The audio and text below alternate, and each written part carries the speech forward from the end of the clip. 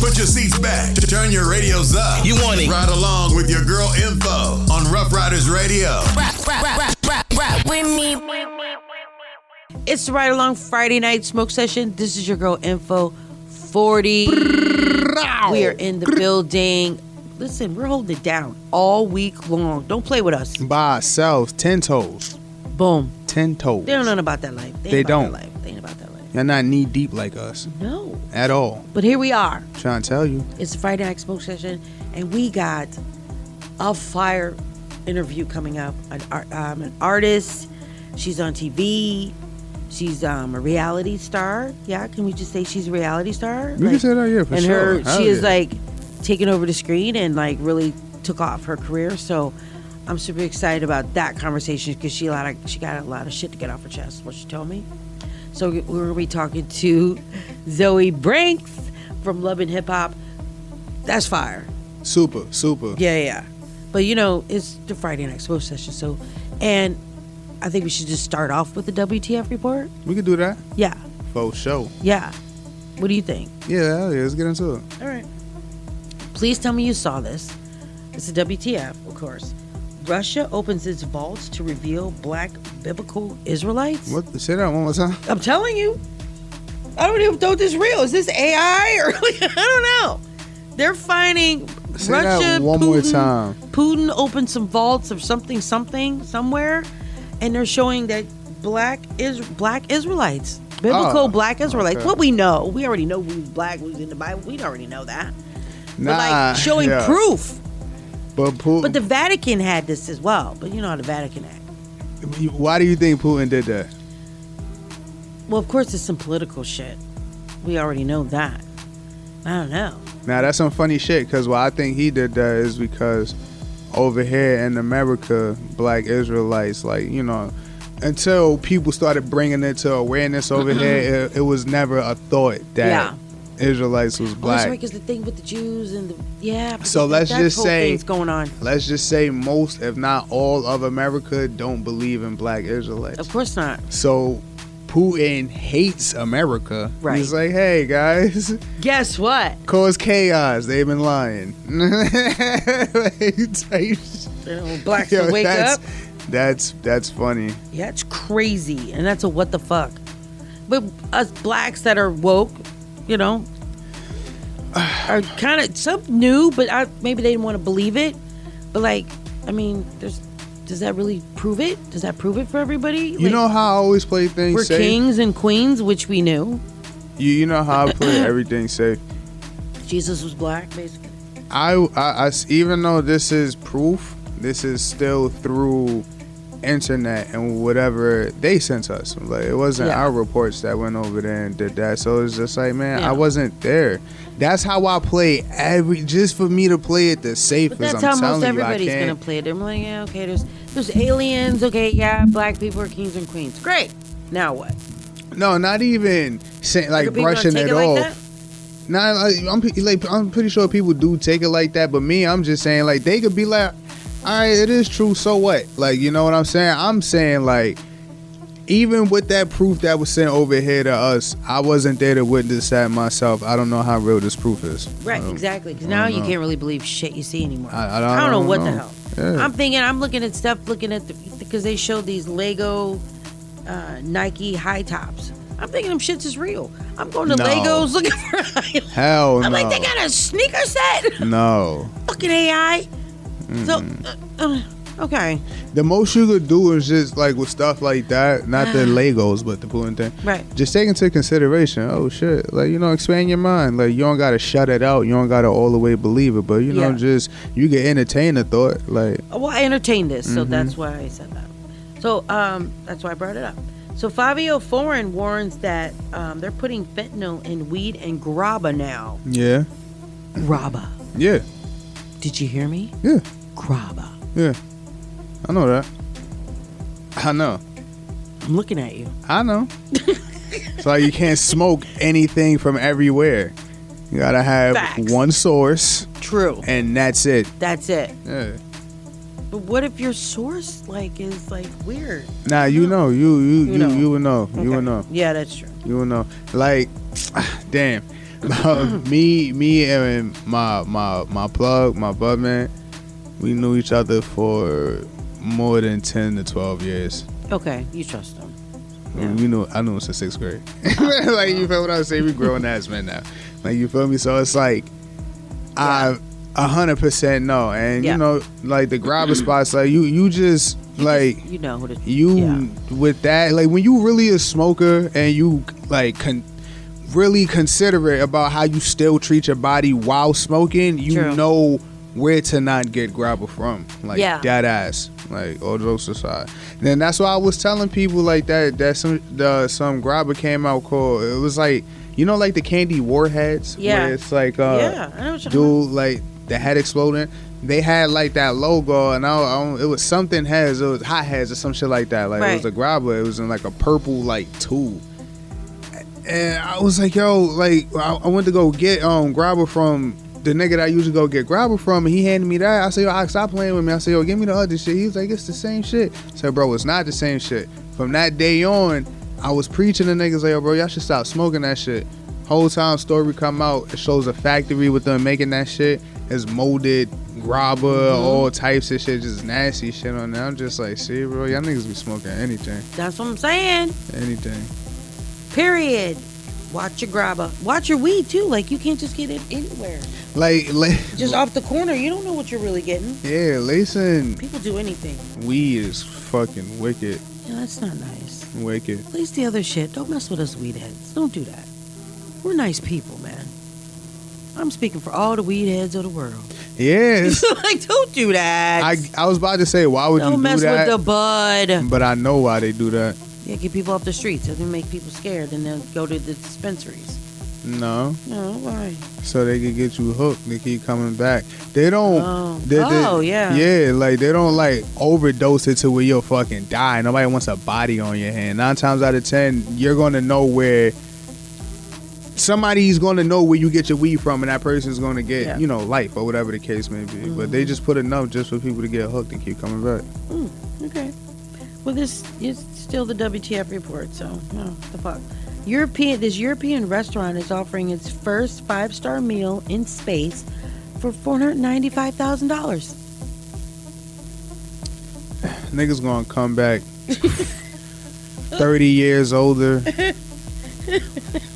What are you gonna eat? I mean, what are you gonna eat? How long I'm gonna eat? Like, cause we gotta go into a certain orbital area, if I'm not mistaken. Like, we can't just go on like the outside layer of Earth. We got to get away from all of that shit. How long are we going to be eating for? Yeah, just for some steak and lobster. How old I'm gonna be when I get back? Right, just for some steak and lobster. And then you gotta eat certain shit when you get back to Earth. Yeah, because your stomach's gonna be all weirded out. You're not eating steak and lobster when you go. They gonna what feed am I you some eating? extra What am I shit. gonna eat? Like dried peas? Like, what are we eating? I want to know what the meal is. It's like when you think about it, you paying for an experience. I can't see these niggas giving you a 3-course meal. I mean, a 3-star meal. I can't see. They probably gonna feed you the bullshit that they eating just unlimitedly, and the whole experience is just that you being out of space for $500. You gonna die. Y'all gonna die. Thanks, 40. Damn, y'all gonna die. Yo, y'all gonna die. Because look, yo, if people don't learn their lesson, like, God rest their souls, but them people in that submarine, y'all gonna learn to stop playing around, bro. That was heartbreaking. Yeah, that shit is terrible. That's heartbreaking. I forgot about that, but the fact that I forgot about that is very sad. You see the simulation videos? Disintegrated. How it possibly happened? It did this like and then that. Like, that's so sad. Yeah. Like, for real, like, yo, the best thing y'all could do is stay on land. Like, why is, unless you want to go out, then okay, whatever. I ain't gonna tell you what to do with your life, but it's just like, why? Paying money to do all of this shit that's unheard of is not it, bro. It's not it for life, my nigga. You could do so much more shit with $400 and something safe. There you go. There you go. Get this. New York ranks as 3rd kinkiest state in America. What do they mean by kinky? Freakies. Freak nasties. There's a difference between freaky and kinky. Listen here, Mr. Nasty. Like, you can have a kink, When you say you have a freak, you're talking about a person, but a kink is something that, like, yo, this is my shit. Like, I like ice cubes on my nipples or something. Like, that's my kink, not me. Oh. What? I'm just saying, TMI. like, yeah. I wouldn't say no shit like that on the mic. The fuck? You just did. Put it this way, I don't, like, no, not me, but like, that's like. So now everybody's gonna be like sending you ice cubes and stuff. Nipple ice cube pics on DMing you. So everybody DM 40 your nipple ice cube pics. Do not shout out my damn Instagram, bro. At North. I ain't gonna do. You're not my friend. Like, what the like fuck? He was not. Everybody would have got arrested. I promise you, I would have pressed charges. Yeah, like, we would have had court dates. I swear to God. And I'm not cases playing with on y'all. all you niggas. No, you motherfucking. Could you imagine? Please tell me if you get nipple pics in your DMs. Chill. Yo, like, yo, it works. Wait, yo. Thanks for listening. I can't even say what I was about to say, but that's still weird though. Like, kink is like, how did y'all do that? Like, that poll. Like, what happened? Y'all went to go talk to people in Manhattan. I'm pretty sure that's the only place you've been at. You ain't go to Brooklyn or Bed-Stuy to ask niggas like, hey, yo, what's y'all kinky? Kinky stores that they got like downtown, and I mean, I've never seen them. I just heard, but yeah. Have you been to the stores in the Village? There's a lot of them. Yeah, they got peep shows. They got sex dungeons. New York is nasty. Y'all nasty. You right when see now when I think about the places that I have walked through and walked by. DM them, y'all. Icy nipples. That's disgusting. That's nasty. Cause you're not being specific. Like, I just said it. No, you're not. You're not being specific about who should be DMing me that. Okay, my bad. Like, come on, man. Caitlyn Jenner, get this. And then we want to segue into this shit. Since we're here, Caitlyn, get this. This blew my mind. This is like the ultimate, like, huh? And what the? Caitlyn Jenner and Lamar Odom set to launch a podcast called Keeping Up with Sport. That silence was loud. I'm definitely gonna drop a cricket. Nah, cause what? That's how you know when something was what the fuck, when you don't even want to say nothing. What? What we doing? Are we saying Lamar Odom is just doing it? Nah, let me not. Caitlyn's a hero. Oh. Caitlyn is you know what I mean? Okay. Everything they say. Man, I'm in love with Bernie Sanders. He is proposing a 32-hour work week without deduction of pay. I'm not exactly, because I do politics, but I don't know who Bernie Sanders is, if he can make this kind of rule up, but I like him. He's been saying that for a little bit now. That don't mean it's going to happen. With my job, not now. I had the opportunity to pretty much do that. You know what I mean? I just work 10 hours a day for 4 days and have a 3-day weekend. Okay, so what? We're talking about a law, okay? Not what you got away with doing. I'm pretty sure you could do that at other jobs. So we're in a new era. Like, when you really go to any establishment and really establish yourself and, let them know that you want to work for them. And then once they get to start talking about what's flexible to you, what's your comfortable pay rate, you can definitely be like, hey, yo, let me work these days 10 hours. Yeah.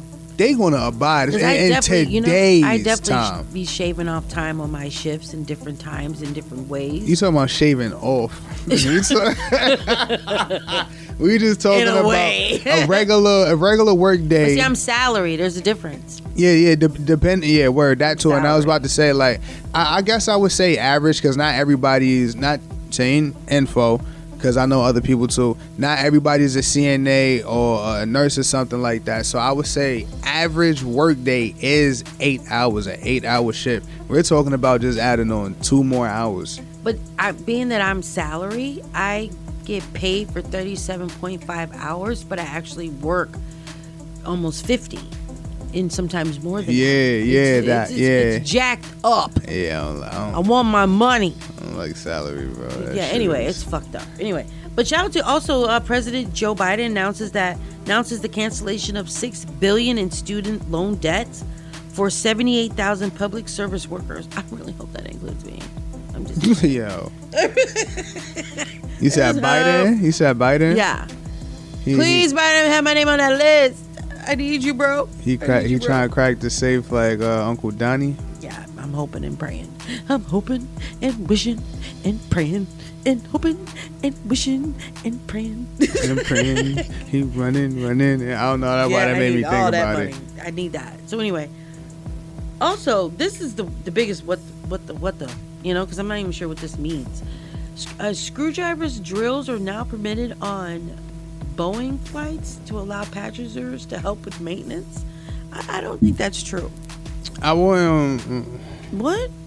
Is it certain passengers? I don't think that's true. Wouldn't even want that shit. Yeah, because I look again. This is getting on my nerves. Here I go shooting bell for humanity, so it won't sound like it's going to shits. Right. I would say almost. Damn, I can't even say that. But let me just finish the thought. I will almost say that it works like an air marshal. Like he's certified to be on there with what he's on there with because he's certified. But then now that would imply that somebody would have to be a certified handyman or just know something about aircraft. Why the fuck y'all don't just hire mechanics on board? Right? We bring in randos with freaking... Yeah, because this is how attacks happen. Now we're turning the plane around for no reason. For his reason, matter of fact. Like, this is how stupid stuff happens. All right, well, you know what? You wouldn't trust anybody? No. Oh. It's a Friday night smoke session. When we get back, we're gonna have the question of the night, and of course our interview with Zoey Brinxx, which I'm excited about.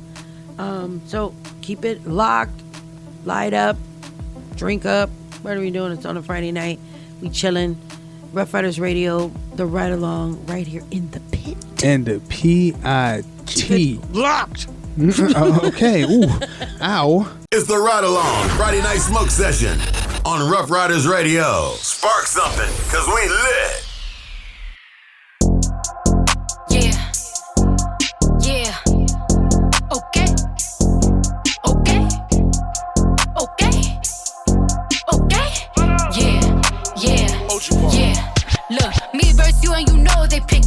Expensive, you know the difference. You know that it's hitting, you know what it's giving. Hair, nails, polar bear. I can survive in the coldest conditions. Hoes very low, they tone when they spittin'. Bitches is washed, soap in the dishes. I apply pressure like boa constrictors. One bitch, two bitch, old bitch, new bitch. None of y'all bitches not gon' do shit. I'm in Miami, I pull up on cruise ship. You in Miami for also room shit. When I step a stampede, foot on neck, can't breathe. Lucky charm, Van Cleave, diamonds on. I see my eyes linking up. I'm like, what in the fuck? If you scared, then just say that hoe enough is enough. They was just in my DMs, ain't no trust in these sluts. I'm about to call up Diamond, bitch. Nug, if you ops linking up. I'm like, what in the fuck? If you scared, then just say that hoe enough is enough. They was just in my DMs, ain't no trust in these sluts. I'm about to call up Diamond, bitch. Nug, if you buck. I'm like, ooh, child, cool down, too hot, too wild, mood clear, new style. How you fucking with me? Girl, give me one shot and I'm raising the glass. Give me 2 shots and I'm shaking this ass. Give me 3 shots and I'm ready to fuck. 5 more shots, I be ready to splash. Give it to me so I gotta pop it. I'm sending on business, I'm ready about it. Bitch be talking, I be big in they pocket. Girl, tell me about it. I'm litty, I'm pretty, I'm running the city. I'm shitting on bitches in every department. This ass is heavy, thick like peanut butter. Bitches jelly about it. There a lot of winning, a lot of scoring. Yeah. Cardi Bryant, Cardi Jordan. Yeah. These bitches all losers. What? They can't do is not important. Look, hey, I'm getting better and betterer. I do not see no competitors. You know the gang hit that pussy. Said it was regular. Can see me in fighting, can see me in fashion, can see me with money. These bitches is bugging. Either these bitches is blind or I'm invisible. Bitch can't see me at night. When I hop out with stampede, foot on neck, can't breathe. Lucky charm, Van Cleave, diamonds on. I see my eyes linking up. I'm like, what in the fuck? If you scared, then just say that hoe enough is enough. They was just in my DMs, ain't no trust in these sluts. I'm about to call up Diamond, bitch. Nug, if you ops linking up. I'm like, what in the fuck? If you scared, then just say that hoe enough is enough. They was just in my DMs, ain't no trust in these sluts. I'm about to call up Diamond, bitch. Nug, if you yo, let me put some gas in this motherfucking year, bitch. I ain't really talking my shit in a minute. Like, who the fuck these bitches really think they talking to? Like, bitches, who fucking dumb? Class C in a cunt. Blocks and money getting spun. Like what? Like a coach bag, baby, this ain't what you want. If I ask for all I wanna hear is yes. Bitch said she wanna be my op, God bless. Look, I ain't even got dressed. Any L that I took come after YS. So man, baby, here we go again. Pussy real fat, probably got a double chin. First that bitch hate me, then this bitch hates me. And somehow they link up and they become friends. Like how? Bitch, pipe down. Move boy, oh yeah, imitating my style. Bad bitch, red lips, let me show you. White toes, eating yellow tail like a Nobu. Keep a hater obsessed in my comments, having a dick sucking contest. I'm pressure, y'all press. Y'all don't get a dress, y'all is getting out dressed. Look, it's a look when I'm hopping out the beat. Red wig hanging down to my knees. It's your birthday, but they talking about me. Why you mad? Take a picture, say cheese. You dumb, you slow, you wildin'. Got your first pair of bricks, now you stylin'. Everything you gotta have 5 years before. I put it on the gram for even hit the store. Look, Class C in a cunt. Blocks and money getting spun. Like what? Like a coach bag, baby, this ain't what you want. If I ask for all I wanna hear is yes. Bitch said she wanna be my op, God bless. Look, I ain't even got dressed. Any L that I took come after YS. So man, I know y'all bitches be hosting. Looking this good is really exhausting. Diamonds hit stone cold, Steve boasting. Just got my laser pussy smooth like a dolphin. Top notch bitch, got the most, not the lesser. Bitches look big like third trimester. Every time I post these bitches get stressed, sir. Y'all be putting on shit, I don't never. Bitches be hating on the low, I peep it. If I say anything mean, I mean it. I ain't never lost no nigga, I need it. I'm rich, I ain't getting in no pool that's not heated. Big ass, yeah, and I'm having sex on it. Her life so trash, think I put a hex on it. Bitches be laughing like, oh, what's funny? Bragging on a nigga that be dying to fuck me. Class C in a cunt. Blocks and money getting spun. Like what? Like a coach bag, baby, this ain't what you want. If I ask for all I wanna hear is yes. Bitch said she wanna be my op, God bless. Look, I ain't even got dressed. Any L that I took come after YS. So man, You know you're on the ride along when we come through your speakers. So turn it up and let's ride out. We are back. It's Friday night smoke session. We're going to get into some questions of the night. You know, I like to pick your brain, 40. Don't do that. Yeah, I'm totally going to do it. What's a viral trend you secretly wish would make a comeback? I miss all the dancing on TikTok. Because they're not doing it much anymore because Universal took off its music. And now you don't see really a lot of people dancing and doing that on TikTok. And I miss it. There was not a trend that I liked. Ooh, you stink. I stink. These trends stink. Like, why the hell they gotta be me? Stink. Like, no, like that. I didn't. Nah. I don't like your attitude. I mean, I don't know. Like, I was about to give an answer that got nothing to do with it because it's not a trend. It's just something that I would personally want. Well, what? Tell me. Where when you couldn't rap, so you didn't try to. That's a huge trend. Yeah. That's big. Stop doing that. Stop doing that. Yeah, this is for. Stop it. Like, we talk about headache inducing. Okay, next question. What is the most bizarre yet delicious food combo you swear by? Bizarre? Yeah, that most people really don't eat. But you love it. Swear by it. I don't eat weird shit because, Me neither. Like, you're boring, man. You got the same answer for this one. Like, I'm a simple dude. Like, I don't. Okay, you know what people call me crazy for? What? I just eat myself. If I go to the deli and get a sandwich, it's just straight up meat and cheese, nothing else on it. I'm the same way. Oh, I'm boring. like, come on, no mayonnaise. I don't want no vinegar, salt, like none of that shit. I want all of that sloppy plain shit. Jane. Yeah, that's. You know what's so funny? Because whenever I go out to eat, everybody looks at me at the table because I'm so plain about everything. I'm like, I don't want any lettuce, tomatoes, no peppers. I name everything off. They're like, you could just say meat and cheese only. Oh, yeah, that's how I want it. Meat and cheese and shit. Why we over here chatting about nothing? Give me the damn meat and cheese, dog. Do you want the bread? Barely. Maybe not. Like, put it on the side, matter of fact. I swear to God. Oh, man. Yeah, I can. Like, a lot of people, they be getting on me for that. People might know. My coworkers hate me. They're like, "Oh, don't order lunch for that bitch because you're gonna be writing a whole bunch of instructions." And most of them are Spanish, so I'm always like, "I don't need. I want all that on the side." Like, They're like, what? Yeah, my shits be simple. All of it. Like anytime somebody like they probably go to the store for me or something like that, they be like, yo, you want a sandwich? Yeah, what you want? Just text me at 9. Honey turkey, provolone, that's it. That's it. If you fuck that up, You're mental, bitch. like, yeah, like that's on you. I go to Chipotle, they're all ready for me. I'm like, no, you're good. That's it. You did it. You came around the corner. I don't need all them 10 things. I don't need none of that. Thank you. Appreciate you. Yeah, I'm not doing that. Can you use some chips? Thank you. Super easy. I hit him with the smooches. Not the air grab. Boop. Come on. I'm with you. I thought I was weird like that, but now it's good to know. Yeah, nah, so I can't. Odd.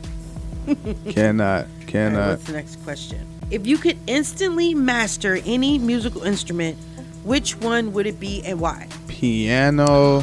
I was gonna say that. Just a serenade. I used to actually, play. I was self-taught on the piano, and then I linked up with one of my dogs. Again, everything starts at middle school, but he was nasty at the piano. You know how to read music and everything. It was like he almost went to a music school, but he helped me hone that a little bit. But I ain't never kept practicing outside of high school, so that shit dead and gone.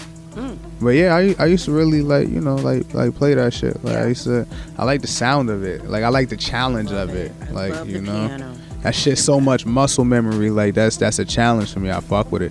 I want to play piano. You took my answer, so you messed it up for me. Either that or a guitar. Or what? Guitar. Either or.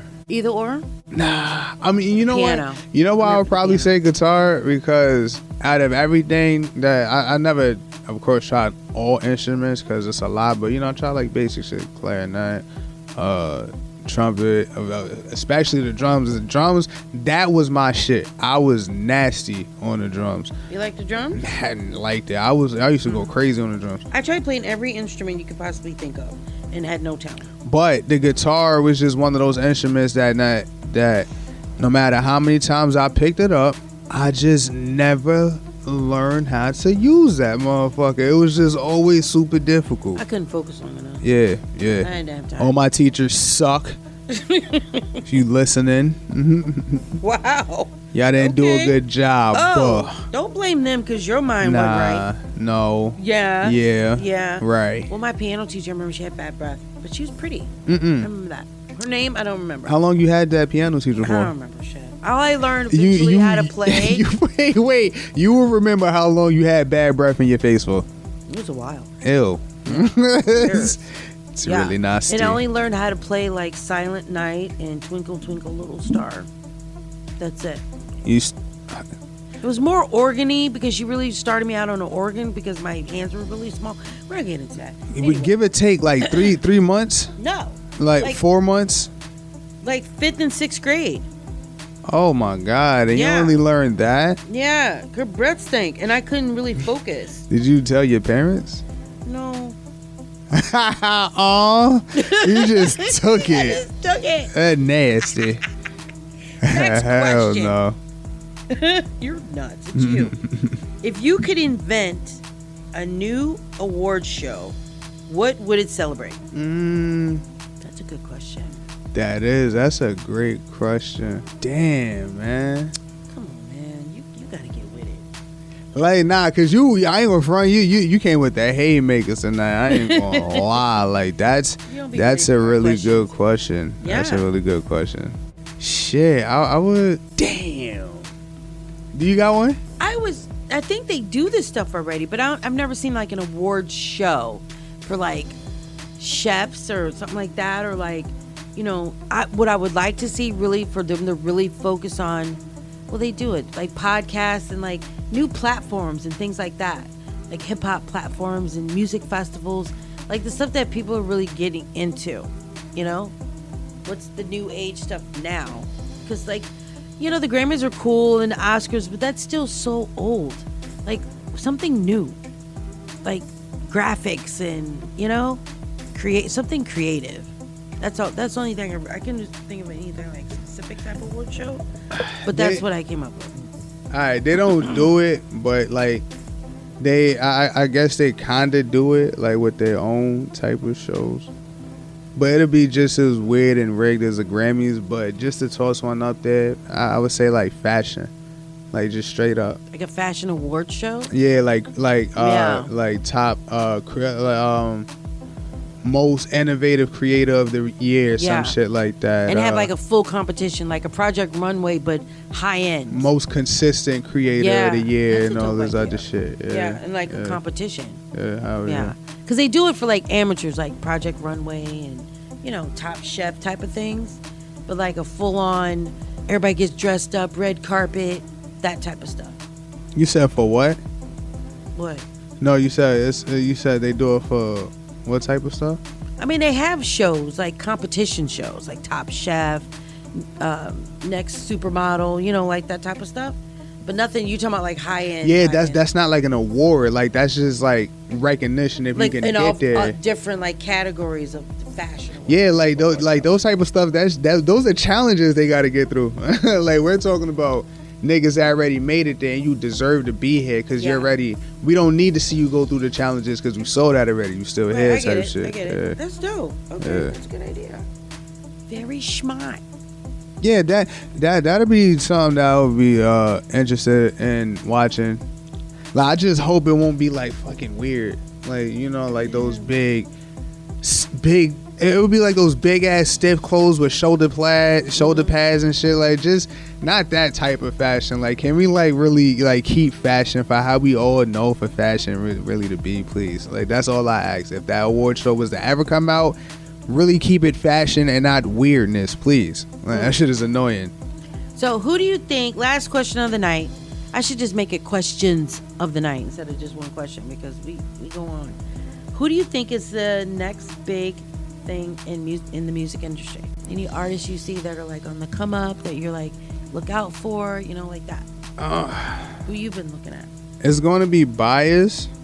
Well, yeah, it's your opinion. No. Because, like, you know, I usually measure things like how, like, I really see it. Like, because, now you get, like, if Khalid and Hezzy, like, they'll all tell you, like, there was a lot of artists, like 6ix9ine.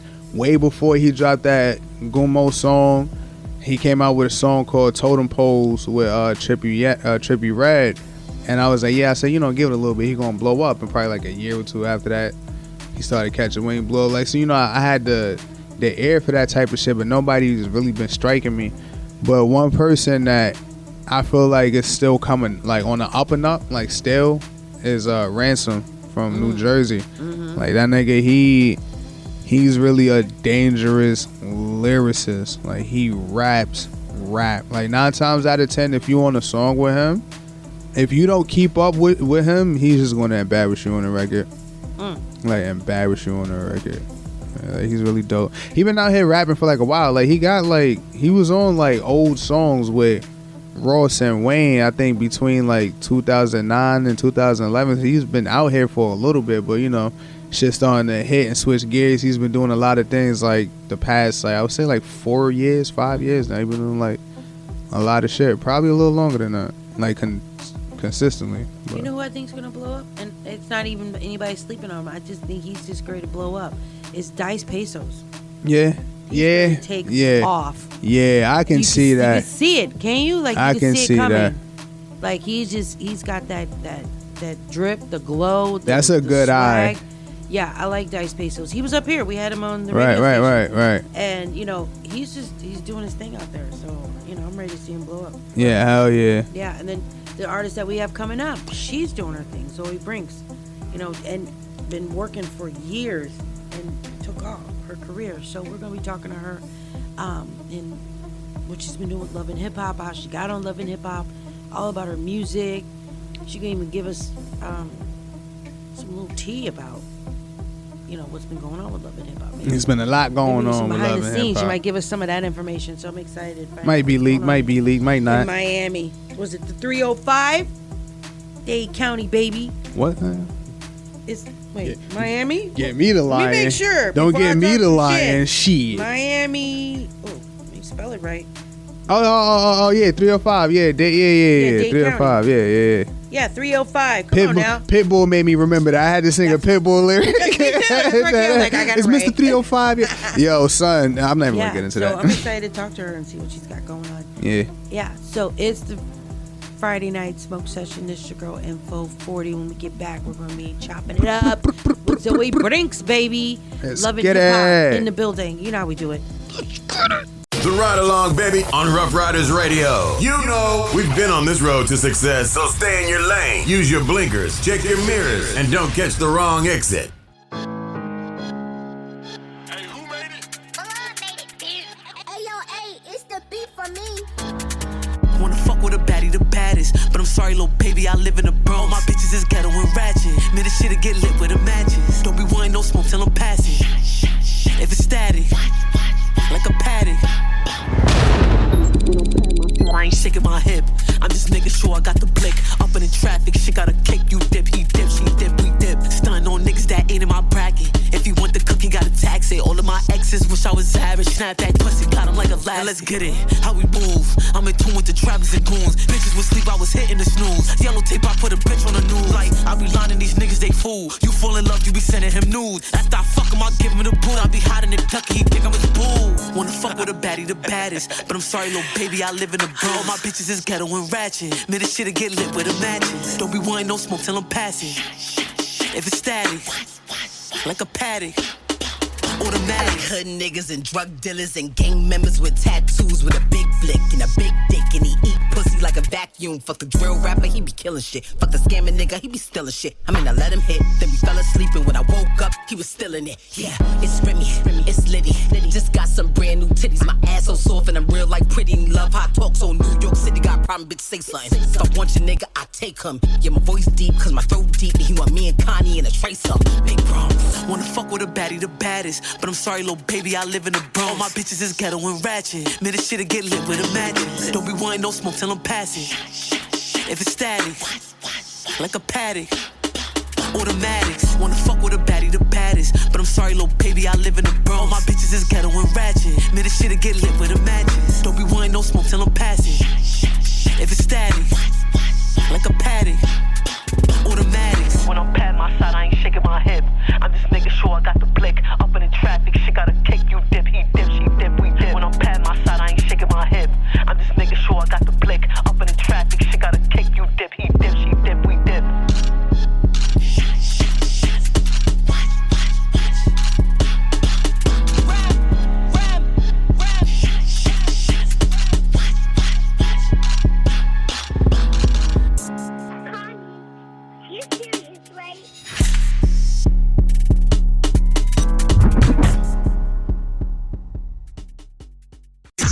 Catch a ride with your girl Info every Monday from 8 to 10. Woo! Wednesdays and Fridays, 8 to 9:30 p.m. Eastern Time. Turn up your radio. Ride along on Rough Riders Radio. It's the Ride Along Friday night smoke session. This is your girl Info 40. We got a special guest in the house, and I'm super excited. We got Zoey Brinxx. Hey, y'all. In the building. And then we have another special guest as well. Barb, I want to call you Barb from. You can call me Barbara. Barbara, okay. Yes. She's works with Hot 97 and WBLS, and we'll be talking to her as well. And that's super dope. And she's, a part of the industry, in the business. So we're gonna be picking her brain and what she's, got going on, and give you information, drop some knowledge, some jewels for everybody, and then the whole conversation is going to be with Zoey Brinxx, and I'm super excited. Yeah, I'm super excited for yeah. this. It's just like a lot of potential and just energy in the room. Like, it's nice. It's nice. Yeah, so welcome Zoey Brinxx. Welcome to New York. I know you've been here before, but you haven't been to Yonkers, YO. Yeah, I wasn't outside when I came the first time. I'm outside this You was time. outside today. Yeah. That's good. Because I was following you on your Instagram, and I saw that you were, you went to Quad Studios. Yes. And you went to Lagos, and the fans and everybody, were, embracing you, which I love. I love that. And I want to go back a little bit, because you and I talked earlier, and when I first saw you on Love and Hip Hop, not everybody knows where you're from. She's on Love and Hip Hop Miami, and when you came on the screen, remember I told you I was like drawn to you. I was like, I really like her. I don't know what it is yet, and I was like, there's something about her, And then I, played your music, and I definitely was like, okay, I like the vibe she's given. And then I met up with Chelsea, I met Barb, and then like it all manifested itself, and now here you are. That's crazy to me. And so I'm excited to talk to you and, see what you got going on and like, your experiences. So where should we start? Like, how did you get on Love and Hip Hop? Like, how did that start? They reached out to me. Well, one person, Amber, she reached out to me. She emailed me, and she basically told me that she wanted me to be on this TV show. She would like to talk to me. And then when I got on the phone, she told me it was for Love and Hip Hop. And I was like, this got to be a prank. Like, y'all trying to be funny. Like, I didn't know it was real. Wow. So then, yeah, it was real. They gave me an interview to do in person. I met up with Amber in person, and she told me, like, you might not get it this time around, but I'm going to pitch for you to be on the next season. And I updated her. I kept sending her stuff. By that time, I ended up getting a relationship. Like, she really was trying to get a story. Like, she was like, we like the look, but what's going on? And I feel like the timing was right. Like, I had much more to offer when I got on the show because I was going through a lot. Yeah. So that's how that happened. If you don't mind me asking, what was the resume that led up to them even thinking about reaching out to you? Like, what was you doing basically before that? I would like to say that I be popping my shit if I do say so myself. But to be specific, you could have just left it there and I'd have been like, all right. Nah, like, okay, to be specific, I've worked with a lot of people who's like, anybody who's somebody that's in Miami, I've worked with them. Like, the local people, y'all probably don't know them, but even the actual stars, like, I've done tracks with Kiddo Marv, Major 9, they're really big in our city, and other people know them as well. And I've done a track with Suki, I've done a track with Tafia, I've done a track with, I feel like there's so much people I've done tracks with that is in Miami, and I feel like even though I probably didn't think I was moving, people were watching because it got a lot of traction. And yeah, that's basically what it was. Like, I really worked to get that proposition, really. It takes energy. People don't know, like, they think you're brand new, but you're really not. Like, you've been out there putting in work for probably a couple of years now. I've been rapping since 2015. That's what I'm saying. See, and then 9 years later, but it takes that long. You have to keep working and keep grinding, and people don't get that part of it. So these other artists like Suki, I like Suki Hana too. Being like, because do you feel like you're kind of the underdog when it comes to? I mean, not. I used to feel like that, but I'm not an underdog no more. I feel like people know what the fuck going on. They probably gonna act like they don't, but they do. Like, that's how I feel. So I just gotta keep working. Like, my work ethic has to match the dreams I want to manifest. That's really what it is. I know I have what it takes. So, yeah. You said since 2015. Was you when you first started rapping around that time, did you really take it serious straight off rip, or was you just like, man, let me just do this shit? I mean, when 2015 happened and I was rapping with people. And it was like girl groups. It started off as like me rapping with siblings and girl groups, and we paid for studio time. We tried to do videos, but it wasn't like how much I know now. Like, I know exactly what to do now, and social media wasn't as big of a thing back then. So I tried to take it serious, but I don't think people took me serious. What was a pivotal moment, or what year? It's kind of like a two-part question, but what was a pivotal moment or year that you started actually taking it serious? Where it was just like, alright, because I'm pretty sure you branched off from those girls. I definitely did for shit show. So I stopped for shit show. Oh, let me see. I can't see you in a girl group. No, it was just like how it was like it was just too much personal shit going on. Right. So like I just was like, no, like So anyways, the first group of people, they stopped rapping, they slowed down. The second dom that I started rapping with, we just wasn't clicking personally. But how, like, so we stopped talking, I stopped doing music, whatever. Like, I started chilling for a little bit. Then I made my own songs. So when I made my own songs, I put my first music video out and it went viral. But like, it went viral and like they was trying to make fun of me type shit, but it went viral. You get what I'm saying? So Humble Me, that was the first single that I ever made, and I was like, oh shit, like it really could work. So then people started. I started performing at every club, any club in Miami that I could step my 2 feet in. I'm there, and like promoting Humble Me and stuff, and it caught like some type of traction.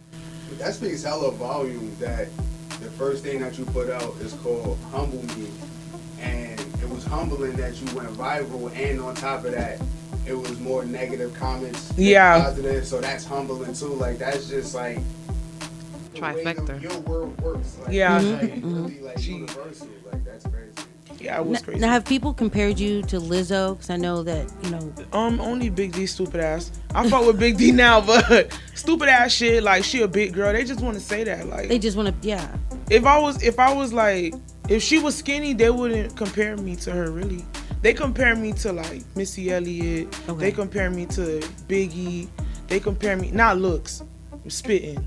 Right. Yeah. You don't look like Biggie? What are you talking at about? All. But shout out to Biggie though, cause I love Biggie. Right. They call me like the female Biggie. Like I got Tracy, I gotta hear it. But anyways, yeah, they compare me to a lot of plus size, you know. But that's not fair though. Just because you know you're plus size, doesn't just compare you to other people that are plus size. Right, but fuck them. Period. It is what it is. Fast forward to period. What was it? The email that they reached out to you? Yeah. Love and Hip Hop. Mm-hmm. When you was like, oh God, I'm pretty sure, you know, because you snatched up on it, but did you double think about it? Did you was like, yo, is this something that I really want to do, or was you just like, hell nah, nigga, we doing it. Fuck you talking about? Oh yeah, that's what we finna do. Like once they called me and told me, oh, I'm finna be on there. Like first of all, I was homeless during that situation. That's first things first.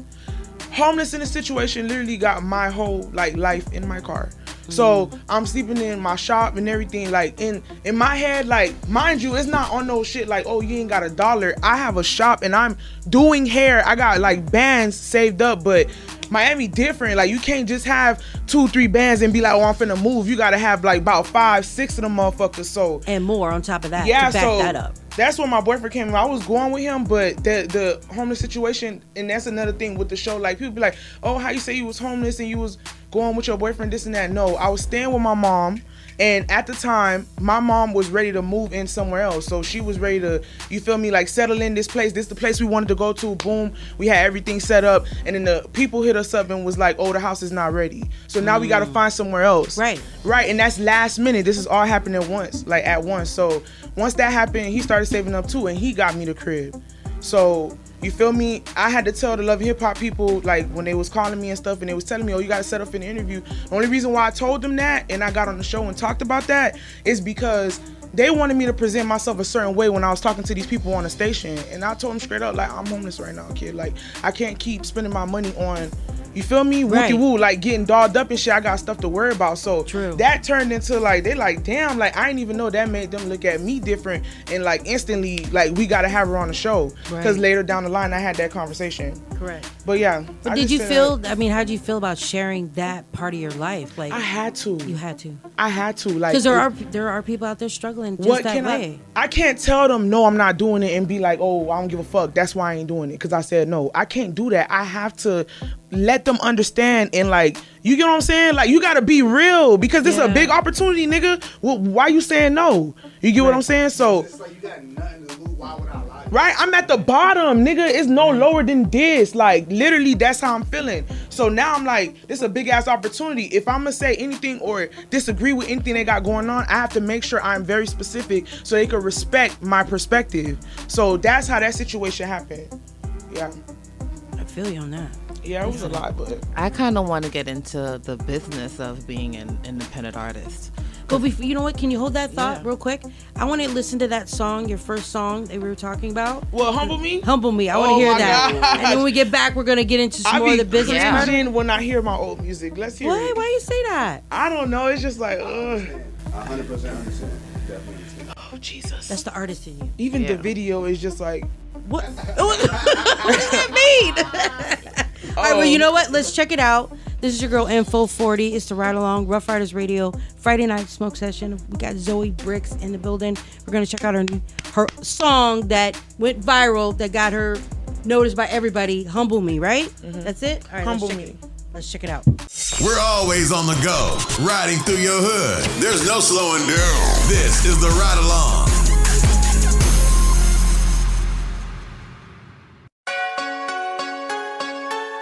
You know, I ain't never had shit.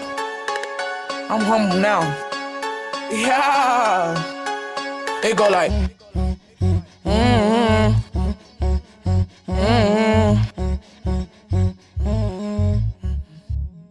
Zoey Brinxx, nigga. Acting kinda funny and it's cause of all this money. If I catch your bitch staring, I'ma fuck her, keep her from me. Get them hundreds, I'ma thumb me. Disrespect me, they knocking everything down. My niggas clumsy. Y'all you moving funny. Point me to the money. Point me to the cash, or we leave you on your ass. Smoking on gelato, yeah, with a model. Call a little lamb, everywhere I go she follow. Tell the bitch beat it cause I can't get it. Turn the situation sticky, anything look iffy. One phone call, have you dead in the jiffy. Tell them get it done quickly, I'ma call it a quickie. Yeah, I'm gonna make her quake, she gon' make some shake. She was just a runner, got him eating steak. He moving flake, yeah, cut him like a cake. And if they play with my teeth, finger fuck with me. Man, my dogs on these skis on their Q's in peace. Being broke really, humble me, earn my stripes, I'm the, humble be, do I love her, probably not. She gon' fuck me, for what I got. Gucci, Louis, Fendi, and that Prada. Yeah, I want her back, man, I'm her father. Yeah, I throw it up, you enjoyed her. Yeah, drop the rock, then you spoiled her. Hey, you a goofy goober, yeah? She call you Fuga in her Uber. Vanessa Ryder, underwear? Why you nagging me? I don't care. I want your friend with the purple hair. Fucking for some Percocets. Okay. Said, baby, you the fucking well? She gon' fuck cause she know I'm Haitian. Woke up at the sausage, so I fed her bacon. I gave you that bitch, so we donated. Chiefin' with a dime after we done, we look Asian. I used to sell gas at the gas station. I'll serve a nigga up off a handshake.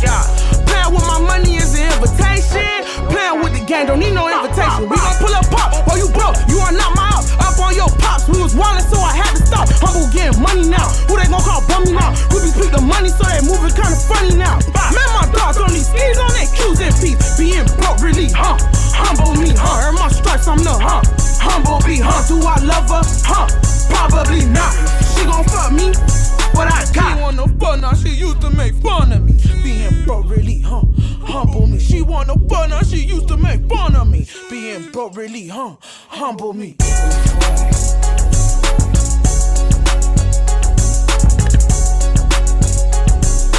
Purchase your tracks today.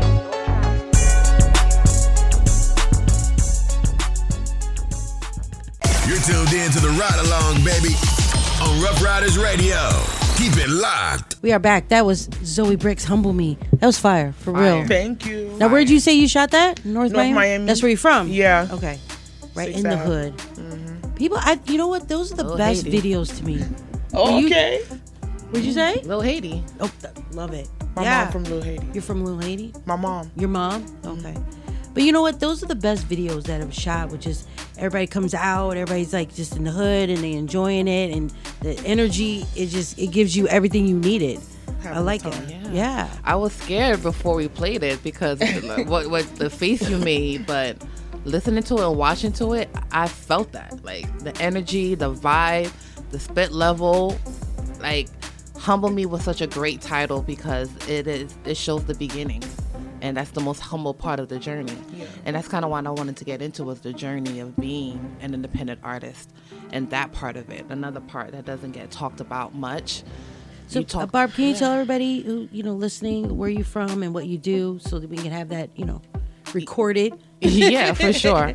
I am a marketing executive in radio for over 10 years. Been with Hot 97 for that much time. I've also worked at VP Records, rolled out a couple of your favorite artists like Spice.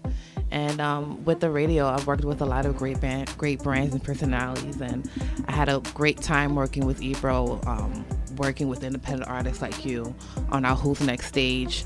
Not only that, but putting together big stages like a Summer Jam, our sponsors, interaction, and seeing the energy with the artists, those who go in the festival village and those who go into the main stage, and that journey.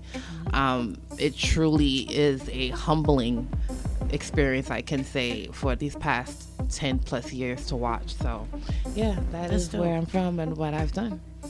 But sitting here today, I wanted to get into your journey of an independent artist because, like I mentioned, seeing so many during my time, a lot of the groundwork doesn't get talked about much. And I like that Miss Info talked about, you know, you being out since 2015 and getting the opportunity to love in hip hop how many years later.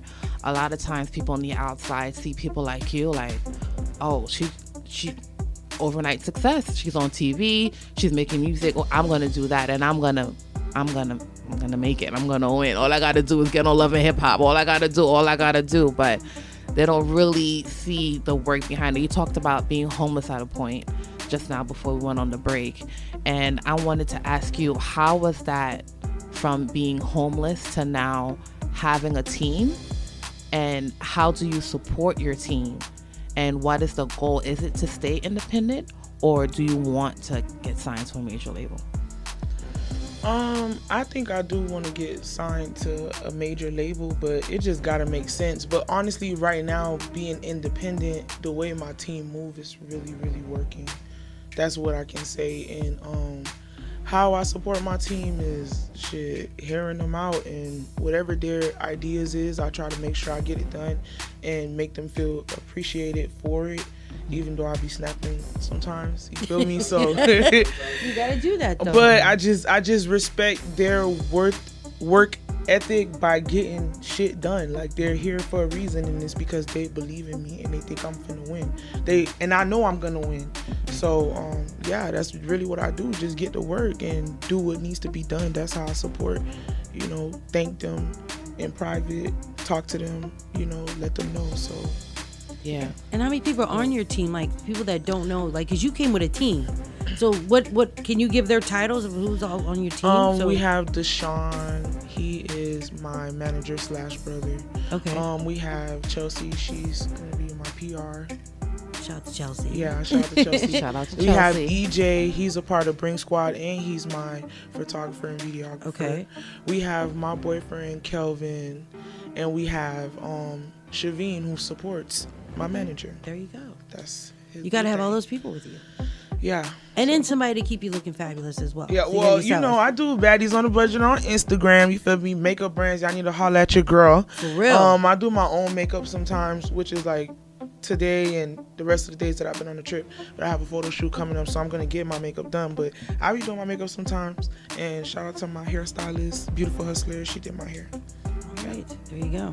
How important is working with brands in like your stage right now? Like, that's something that I see even established artists like Megan Thee Stallion. I see her actually doing more brand deals than singles. How do you feel about that? Those are so important. Like I'm in a stage right now where I really want to start partnering up with different brands. I'm really a cosmetic girl. Like, nobody can't tell me nothing about my face card, like, period. I don't care. So I want to get into all those type of things. So those are important to me because I just feel like besides music, cosmetics is something that I love. And even if it's not cosmetics, like Ashley Stewart, I be shopping at their stores. Like, yeah. Shout out Ashley Stewart. And they reached back out. Shout out to them. Okay. Hopefully you guys will see that's something beautiful. in the Yeah. future. Nice. Lane Bryant's, all those. Yeah.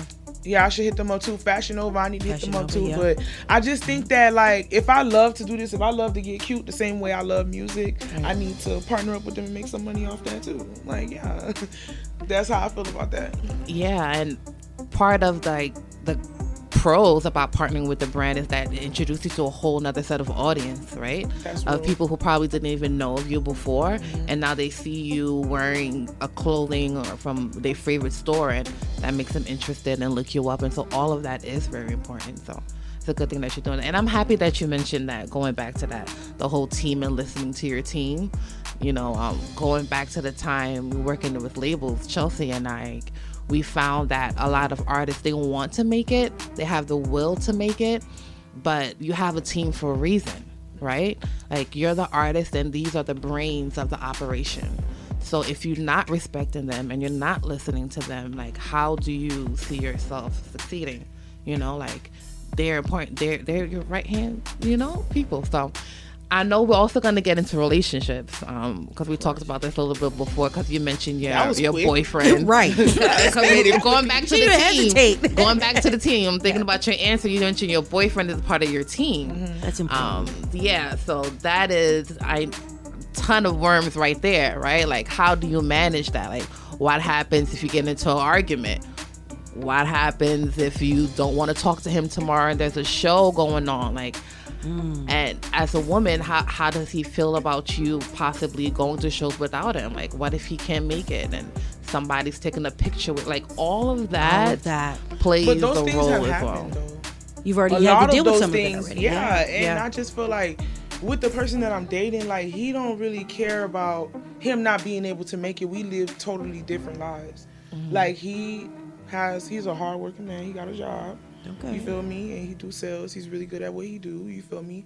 So when he gotta work and I have to work, he understand. And as far as me taking pictures, like, people be saying crazy stuff. It already done happened. Like, and he's very calm. He is very calm. I'm the one that be turning up. So that balances out basically. But I think it's also how you carry yourself as a woman. And he's in your life, and if that's your committed relationship, you know, why would you be somewhere wilding out and act, you're gonna carry yourself a certain way, you know? I'm really like, I be at home, and it's not to be like, oh yeah, I'm put up. Nah, I be at home. Like, I like to be home. If I'm not like doing a hosting or anything, like, I get anxiety. Just people be weird. Like, it be weird shit going on. But that's so true. Story. That you hell knows. Yeah. So it's just like, I don't just be going out or just yearn to just be outside and shake my hands. I don't really care for that. Like, this music shit is really like, getting closer to God, and music is my thing right now. My battle right now in my head. Yeah. Is it helping you? Like you say, because I know we were talking earlier about getting upset and like popping off and getting mad, and like now, you know, being in the industry, you have to, you know, you don't want to be labeled as difficult to work with, you know, because I feel like when she was just talking, she was talking to me, but like God was using her. But that's just my perspective. Like when she was like, some people want to make it, but you gotta listen to your team and you gotta respect it. Yeah. I feel like that too, because it's like, you could appreciate your team all you want, but if they don't receive what you're saying, you can't force your perspective on people. True. Like, they have to feel what you feel. Like, your intention, it could be pure, but that's not the way that they feel. So I really be like on myself about, literally every time I got mad on this trip, I just prayed to myself and was talking to myself. Yeah. Because I knew that it was something bigger than me trying to get me mad. And that's just me spiritually. That's just how I am. So I'm just speaking on myself. But yeah, I just really be talking to myself and be like having to ground myself, like really, and correct myself as well. Like, yeah. Because everybody helping. That's what's going on right now. And I would say, like, your team also has to believe in you. You know, they want to get, everybody wants to get paid, everybody wants their money, and, you know, we all want to, you know, do our thing, but they also have to believe in Zoey Brinxx, believe in the vision, because in that way, you're going to want to listen to them, they're going to want to give you feedback, and because they believe in the vision, so they're going to move with you. You're going to New York, let's go to New York. Yeah. We're going to Cali, we're here with you, we got you. Because I have the same type of team, like, you know, what I have to do with the radio station, not just me, it's 40, we have other shows that we do, and they have to believe in the vision to want to, like, go forward with you. And it takes time, it takes patience, it takes not cussing people out, you know, where you're like, okay, you know, because they have their lives and they have things that, you know, that go on in their life. You know. No, I was thinking when you were speaking, Miss Info, about, you know, having the same vision and goal and moving as a team, because it's important, because not everybody's going to get paid. Very true. That's the part people don't talk about in the independent journey. So, you know, sometimes even in people who are even not independent or, you know, signed go through that, you know. So even the independent ones, like, you know, having the same vision as a team is important, because it's not all about money. Mm-hmm. It's about a goal, right? There you go. So can you understand that we're gonna come here, but you're not gonna get money out of it? Can you understand that this performance that I did, I didn't get paid, so therefore you're not going to get paid? Yeah. Are you still going to be with me knowing that you're not going to be on Love and Hip Hop tomorrow? Like, you know what I'm saying? Like, everything can change overnight. Yeah. Right. And, you know, with the journey of an artist, like, their teams can change as well. You know, like, sometimes you have to remove people. Yeah, not everybody's going to be able to go with you. Not everybody's going to be able to go with you. No, she's snapping. So that's a whole nother conversation. Like, again, you know, this is taboo conversation, you know, people don't talk about, but it's real. Yeah. You know, I see it happen every day where people fall out with somebody over money, over finances, over not giving them some type of credit, or they did it for clout. Yeah. They didn't really do it for you. They really did it for the clout. So, but how does it? So, on that note, how did you find people that you really trust? Like, because I know, like you said, you have your brother, you have family, your man that you love. You at this point you trust him and everything like that. So how do you keep that going? Because then you're going to be surrounded by people all the time that are gonna, come at you this way, come at this direction. So how do you know, like, who's honestly the right person? People that be trying to come into the circle, they can't even get past them. They That's can't what you get want, past yeah. them. So yeah, I don't really have to be dealing with stuff like that. But when I do, like, the people that I do, trust and talk to, is because I have history with them, and it's not a bad rapport. Yeah, like, and even with like my manager and my boy, these are people I knew like years ago, before it was even really any Love and Hip Hop or budget and we got to do this and we got to do that. These are people that been stood by my side when I was at my lowest. And and even with my cameraman, like, he danced with me on stage. Like, I got Brinxx Squad, it's girls, it's boys. Like, we go on stage, and sometimes we don't get paid. Sometimes Love and Hip Hop orchestrate these big events and we gotta pop out. You feel me? Yeah. So they be there. Like, I got my little tribe and I'm just growing. Whoever I trust, like my hairstylist, she been doing my hair for the whole season. And I trust the installs. I'm in New York thugging it. I've been got my hair done, but it's the second style.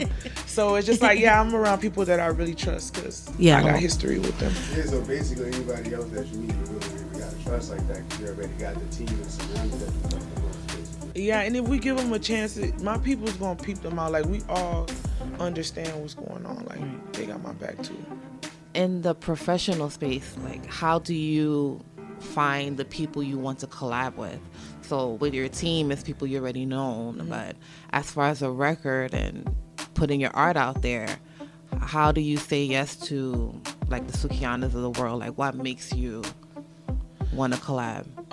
And who do you want to collab with in the future? Shit, I want to collab with a lot of people, like Busta Rhymes, Missy Elliott. I want to collab with I don't know. There's so much people. T Grizzly was somebody who inspired me as well. I know it's cliche to say Nicki Minaj. Everybody want to feature with her, but I would like a feature with her as well. It's not cliche. No, because everybody want to feature with Nicki. Yeah, why wouldn't they? Right. So I know more people that don't want to feature from Nicki. We be honest, so that's really not cliche. I know a lot of people that want it too, but there's other people that be like, nah, to be honest. So that's really not cliche. That's one of my picks though. Nicki, Missy Elliott, T Grizzly, Busta Rhymes. It's so much more people, but I'm just not like thinking right now about the names. There's so much people. Yeah, but you're given that opportunity, and now like the world knows about Zoey Brinxx, like literally. Right. And as far as your other question, because I feel like you asked me like 2 questions. I did. It was a 2-part question about how do you go the collabs you already had. Like, how did that come about? Oh, okay. So with the collabs that I had, those are relationships that I built. So as far as like in Miami, like, I know certain people, so they see, like, even though I wasn't where I wanted to be, people knew who I was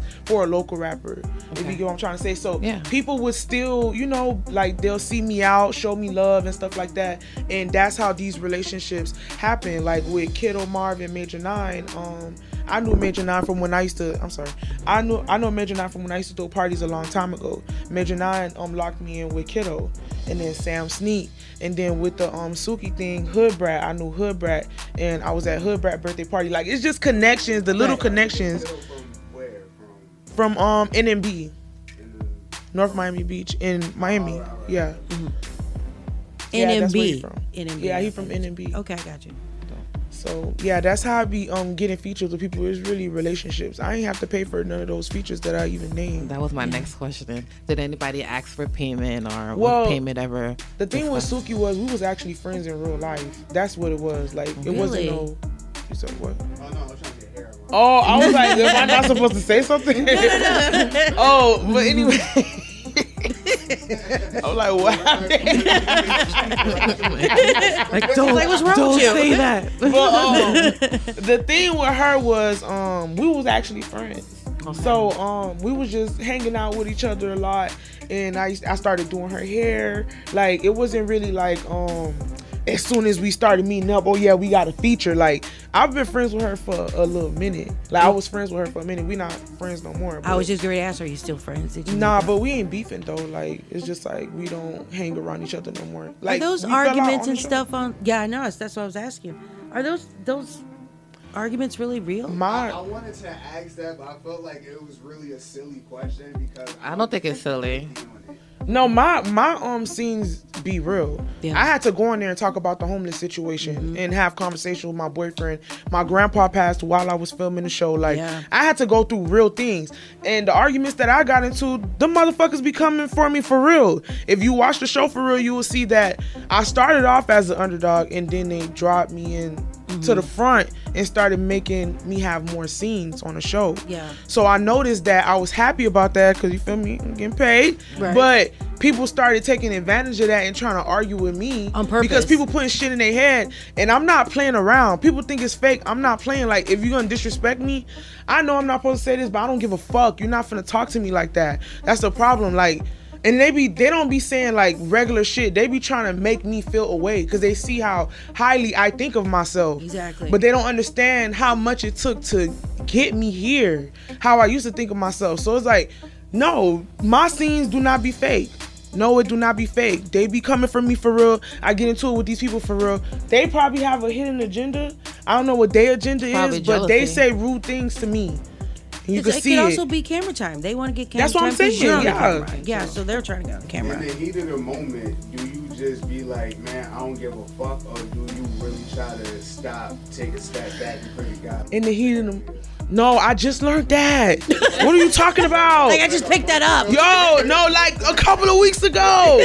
2-3 weeks. Let me tell you, in the moment, it was not, because in the moment, I'm just like, first of all, I'd be embarrassed. Yeah. We at this point, now we degrading each other. Now I gotta have a match to see who's saying the most slickest shit. Right. I don't give a fuck to be mean to you hoes. Right. Like, not to keep cursing, I'm sorry. Like, It's okay. I need it to be Express clear. yourself. Express yourself. I don't care to be mean to people. That's not my vibe. If I'm irritated, I'm gonna be irritated. I'm not gonna make you feel hurt. I don't care But if you to come hurt from people. me.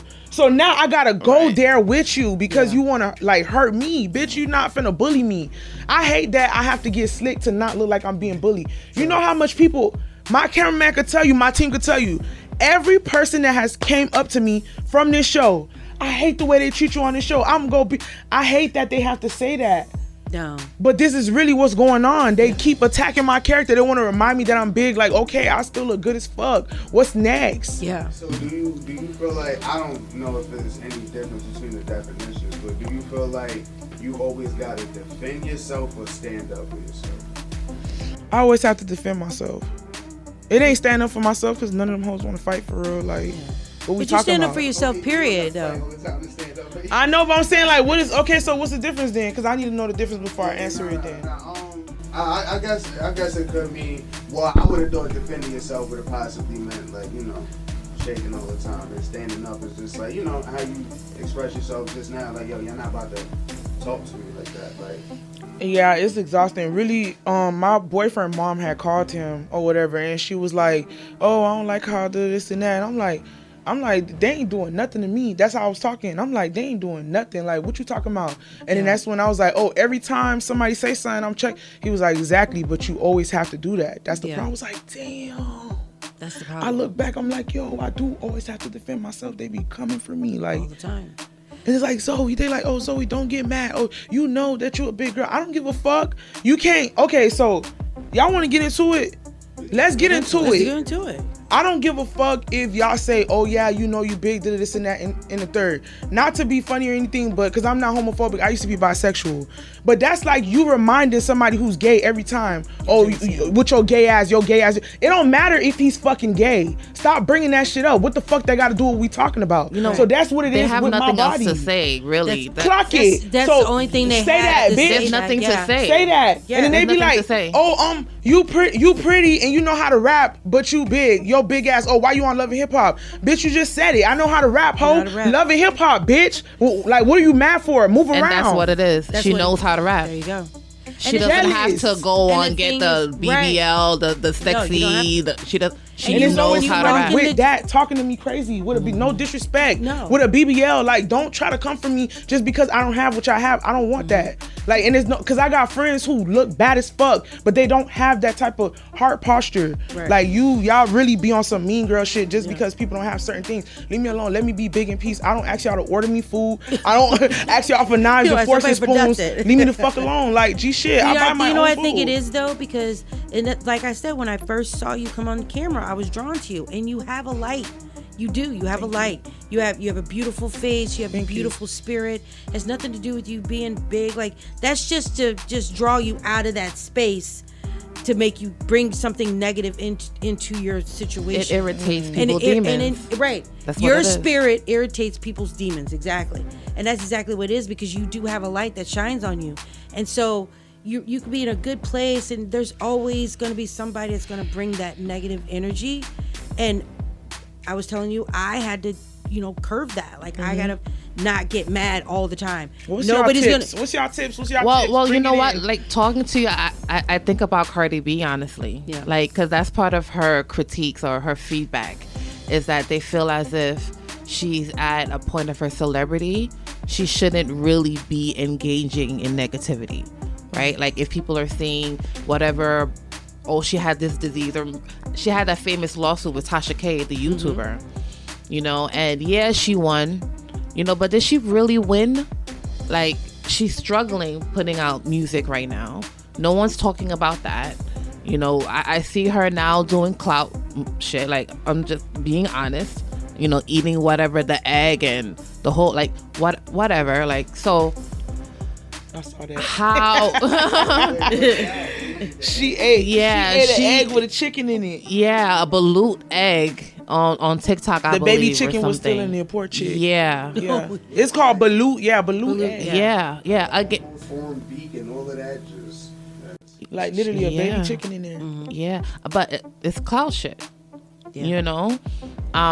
But that's like been Cardi, though. That too. But I like. I'm not saying I don't like her. I'm just saying this is the feedback that people are saying about her. Like, she engages too much in negativity. She's not focusing on the people who are loving her and showing her, the energy that she needs. She's focusing on those other things, things that are not true. That's it. Right she went to court with a YouTuber. And you still just had one album out this entire time. Like. So, bringing it back in. That part. How do you see yourself in, because you're talking about a couple of castmates in Love and Hip Hop. Your goal is to get bigger. Right. What are you going to do when it's more than a couple of girls?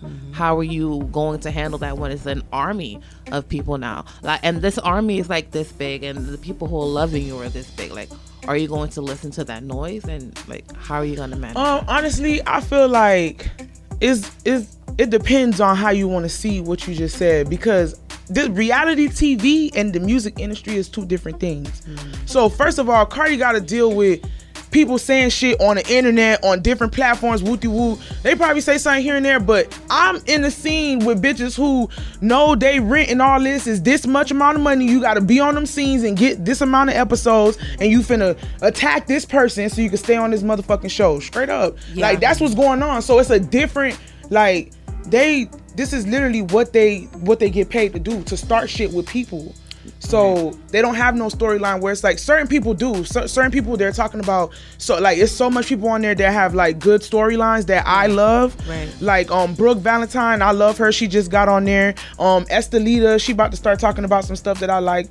Me and Shay, we don't really know each other well, but I've seen her like around and stuff, and I like her storyline on the show. She talking about real stuff, but a lot of people don't have, a real storyline, so they resort to starting shit with people. So it's really different. I feel like a lot of people say shit on the internet about me now, and it's just like, fuck them people. But the Love and hip hop shit affect me because it's in your face. Like you could see them unless the people like online. Like you talking to me crazy in my face. Like what, girl? And you don't want to fight. Like what is this? Like they just want to argue, and that's just for ratings.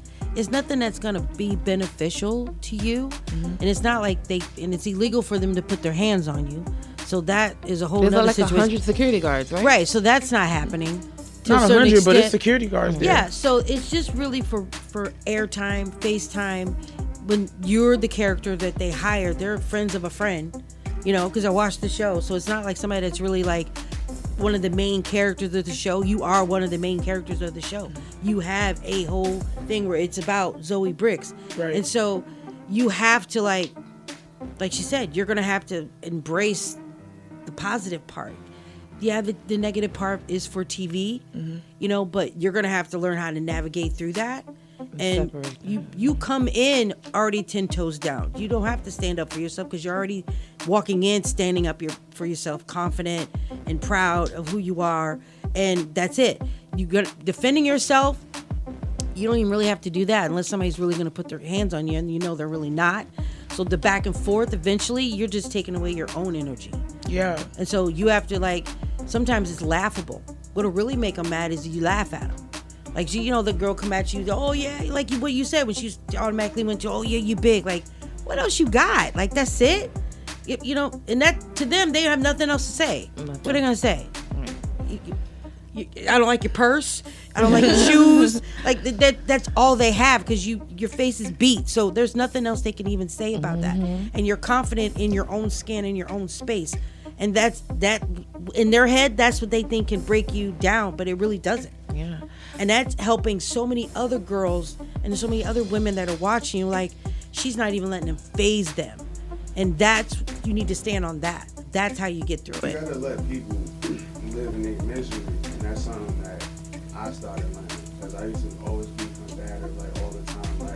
Fuck not, because you talking about, I know you on TV, so it's different, but it ain't gonna be no let's fight with me. I'm gonna punch you straight in your shit. I'm never gonna say that. So it used to be that. So now it's just like you said, I was brought up in a Christian home, but I didn't really start understanding just the meaning of God in general until I started taking it into my own hands. So, for years on, I always, I grew my faith with God, believing God more, just whatever happens, because I have that much faith in God. If you think I should punch him, hey, look, if I ain't gonna punch him, it was God at the end of the day. You know what I'm saying? So what comes with that is just whatever's around you, you just gotta, especially like I said, miserable people, just let them live in it. You know what I'm saying? If they rotten on the inside, and it's gonna come to the out eventually.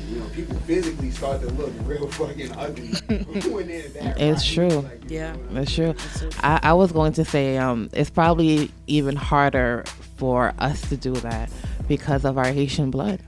We just have this kind of zero tolerance kind of level, and I kind of want to pivot to that on how being Haitian has shaped you and shaped your music, and how do you want to continue that moving forward?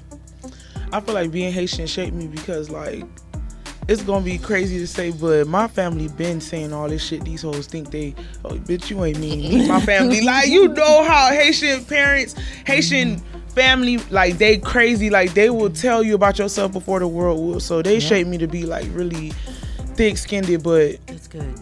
I still feel when people see me reacting, let's say we talking about something and people see me getting emotional, they don't really see what the conversation is about and the capacity of the conversation. This ain't just no little shit. We be talking about real shit. So they don't be understanding that. They just be thinking oh yeah, she's emotional. I am emotional, but I feel when it comes to certain things, as far as people talking about me, making fun of me, I don't really too much feed into it unless it's I feel like somebody really pussy and they try me and I could pull their card on some shit like that. But I don't really be trying to argue with these people.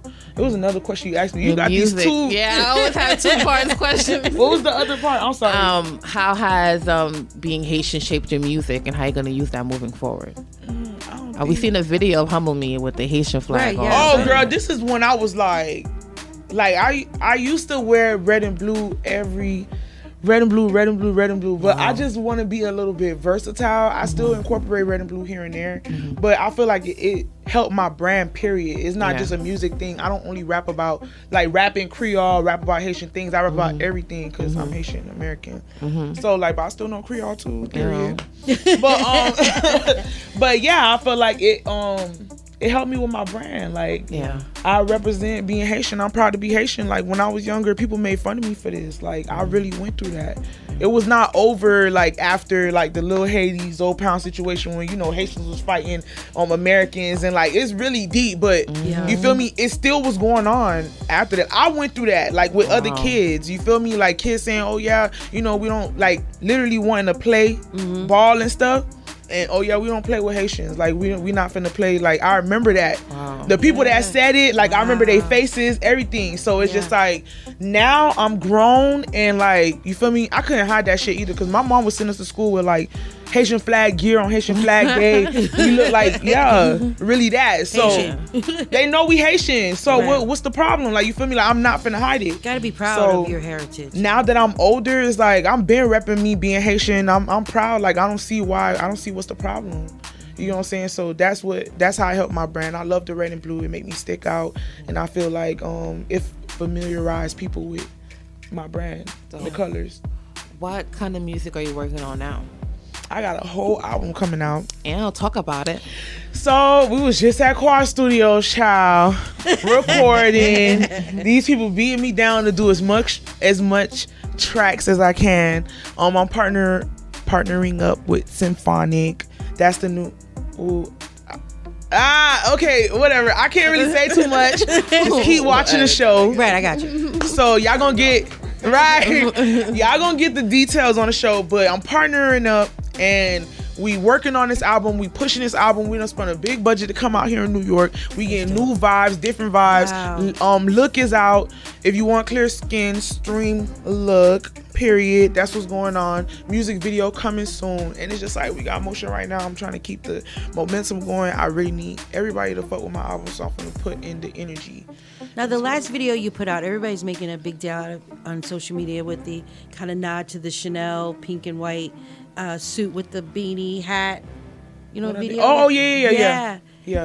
So what was that inspiration for that video? Because it really did. Just your look alone is getting everybody's attention. Yeah. The inspiration was I just wanted to try something different. Like I just feel like I don't know. Like I want to be a fashion girl. I know I be copping my little pieces. Like I really be like wearing Jordans and shit. I don't be wearing heels like these other dames. But I want to get into fashion. So the idea that came with that was like think out of the box, like what I don't wear like usually. So that like the big hat with it was you know out of my comfort zone, but I really like how it got everybody's attention though. Yeah, that's what's important. And that's what I noticed in your videos. Like you change your look, you change your hair, you change what you're wearing, and that's what's drawing people to you because you're rapping, but you're not just staying in that box. Right. You're giving them different looks and different attitudes and different tones, different face, different. Yeah, I'm doing blue braids. What? Yeah, I love that. Because fashion, like, it's super big right now.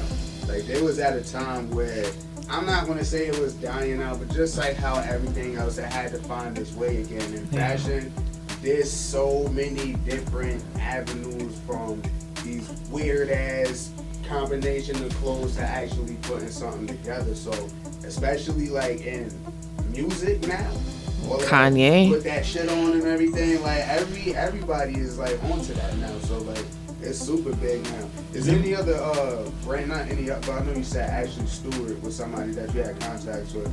Was there anybody else, another brand that you reached out to try to do any type of collab? We reached out to Fashion Nova, but I think my manager reached out to Shein too. I don't recall. I don't want to lie, but I believe he reached out to both of them, and we was waiting for a response, and it was taking a long time. So Fashion Nova, Shein, hello, what's up? Right. Or you could do the Kanye route and just start your own clothes. Oh, what I was gonna say was that's a good idea. You can tell, yeah, plus size. I'm looking into that. This girl, I bought plus size clothes from her shop, Big House of Fashion. I look so cute in her stuff, and I'm just like, I want people to feel like this when they wear Cause we don't be having cute stuff. You don't. They be putting curtains and putting holes in it and be thinking we finna wear that. Like, no, I gotta look cute. But that's how I be looking. Like just sometimes. big and drapey and not cute. That's like, not cute. Yeah. You gotta put the pieces together. Like, yeah. You gotta fit it with this. Yeah, it's tough. It can be tough. I definitely think that you should get into like fashion design. Because you know what's hot and you know what looks good on you. Yeah. And what looks good on other ladies that are in your, same body size. And you can style that with what we see on TV and what, because now everybody's wearing everything. There's nothing that's just like taboo. And if you're a certain size, you can't wear this. As long as you feel good about yourself, it doesn't matter. Yeah. I was going to say, I really watch Cardi videos over and over again because of the fashion. Yeah. She has a good sense of fashion. Like, I'm just like, wow, like her team is just, I be like so envious. Like, oh my gosh, I need some creative people that just sit down, come up with stuff like that for me. Like, she got like Tokyo Styles, the people who, Erica, the people who on her team, they raw for real. Like, yeah. And those will come with time, I would say. Like, on your rise, those people, those stylists, but they come off like kind of where you are in your journey right now, humble and still trying to make it. And those are the people you need to find on that same path, so that when you guys make it, you make it together, kind of thing, and you can say that we did it together. I think those are the most. Yeah, that's a good idea. Like an up and coming new stylist that wants to, work with Bella. somebody that's kind of out there already. Like you say, you've worked with different, women that do your hair and your makeup and your nails. Like it's those little things that, like, Cardi's from New York. She gets her nails done in the Heights, and then she put on like this young girl that just does nails, and she's amazing. And she's always done Cardi's nails. Cardi worked at a gentleman's club. I'll say it nice, And so she got those girls doing nails that like that. And so she just took those women with her, that were doing nails and hair, and now their name is just out there. They don't necessarily do her nails every time they see her, or they're her official nail tech, but she got them exposure. So bringing those people that are, hungry, that's the way to do it. So speaking of, you see how you brought up, thank you. You see how you brought up the look that they was talking about?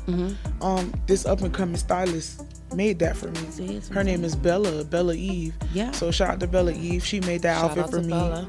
So I was watching RuPaul Drag Race. Love it. Let me give y'all the tea. I love RuPaul Drag Race. Listen, honey, He won an they Emmy. be styling Snatched. on there. Yes. So once I started looking at those ideas, I was like, she really knows how to make stuff from scratch. So I started sending her ideas, and then we looking on the internet. It's a lot of fashion statements that they have on there that you can incorporate to music videos and photo shoots and stuff like that. So that's where some of the ideas be coming from as well.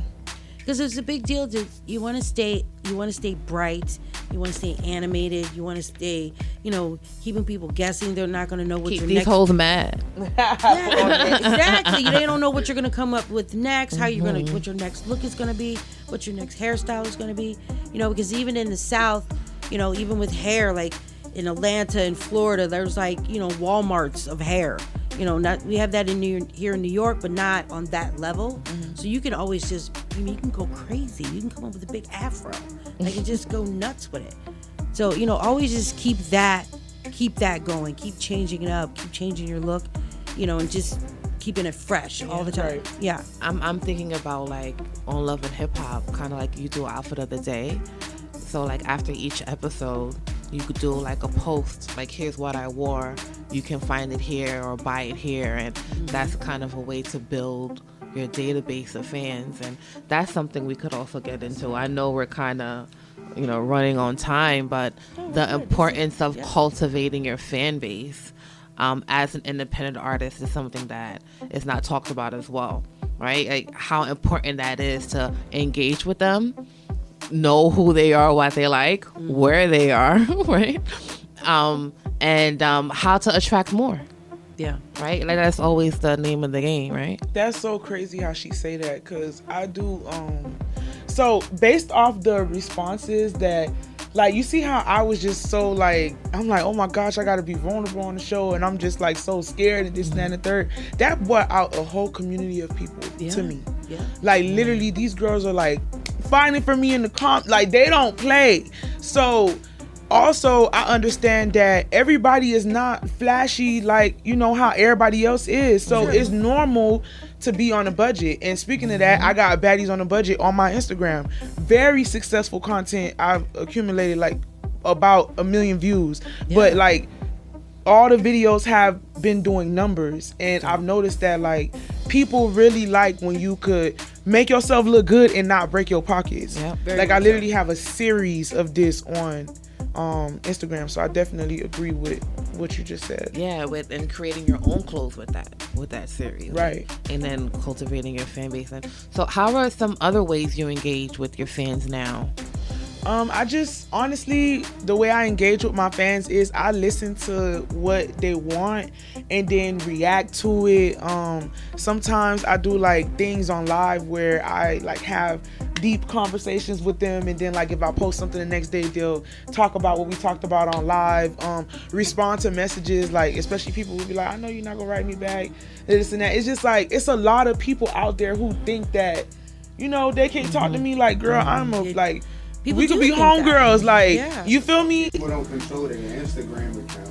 That's that's probably what and they don't think they're even really but talking it's a lot to of you. it's a lot of messages though. I get why some people don't respond, because I have a lot of messages. Imagine people who's bigger, like they probably got millions of messages. So. But like you said, just that you engage with your fans and people that look at you and look up to you, you know, you might not even know it, but you're probably a role model to some people, you know, that were like, look at her confidence. I want to be like that. I want to have that confidence and you know, do my hair like that or do my makeup like that.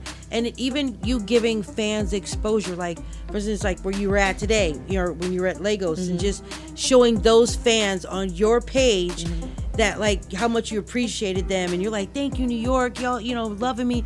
And that means a lot to just New Yorkers that are following you or other people in other states, and tagging people that, you know, businesses that you're at, you tag Lagos, or you tag maybe the girl that did your nails, or somebody, that means a lot to them as well. And even people that have reached out to you that meant something to you, tagging them, and you know, things like that. And that makes people appreciate you more, like you're reachable. You know, and like you say, you go on live and you talk to them. That means more to just that one person you might just get one person, that one little heart, but that person, you connected with them. Yeah. And that means a lot. And you're giving whatever they're involved in exposure, you're giving yourself exposure, and you're being open. Right. And no, it's okay.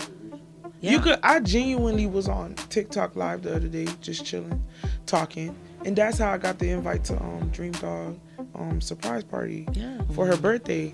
And I just think that like it's just about the vibes. Like we be chilling. They ask questions. Like it's not really nothing. Why not talk to them? You feel me? They the ones that buy my music. They the ones that support me. They the ones that show me love, uplift me when I feel down. They the ones that be cursing people out when they be talking to me crazy. Like why not? It's like a family for real. So that's what it is. And I was gonna say that interaction, like the live writing back, like that can turn somebody who kind of admired you to like a real fan now, like someone who's now buying stuff, buying your music and buying tickets to shows. And that's why touch points like that is very important. I'm sorry, go ahead. All I was gonna say, that's how you know it's just I wouldn't say, well, I could probably say a lot, but a lot of the people that's in your line of work that's, you know, doing what you do, or probably just on another scale, that's how you know they be that out of touch with just reality or just like the public. Because my thing, like, now is just, no matter where you go, you don't even have to be anybody, like, famous, but if you go somewhere, just get in touch with the locals. At the end of the day, that's all you gotta do, no matter where you at, where you from. Get in touch with the locals, because that's going to be such like a great feedback. Like, you know what I'm saying? It's not like you just going through, you're not from here, you looking at them like you're not from here, you actually talk to them like they're humans. Yeah, right. Do that. Right. Shouting out local restaurants. Like that's everything to a restaurant. Nah, they food real good. Yeah, but that means everything to Lagos. You know, somebody famous came to their spot. Yeah, they like my post. That's what I'm saying. Yeah, see, and then now that's giving them exposure, and including yourself. Like, oh, she was at my favorite restaurant.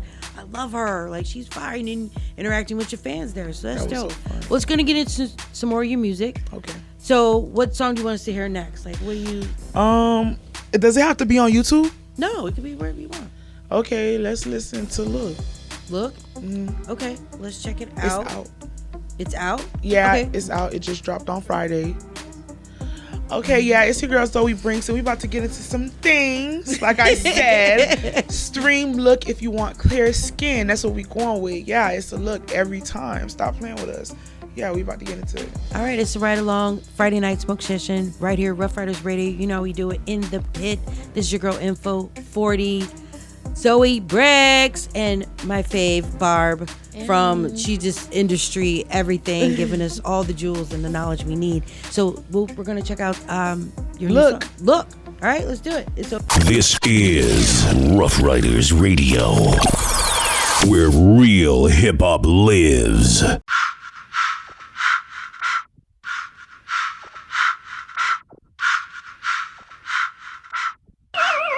Ooh, is it you saucy? Hair, nails, outfit check, face beat. Woo.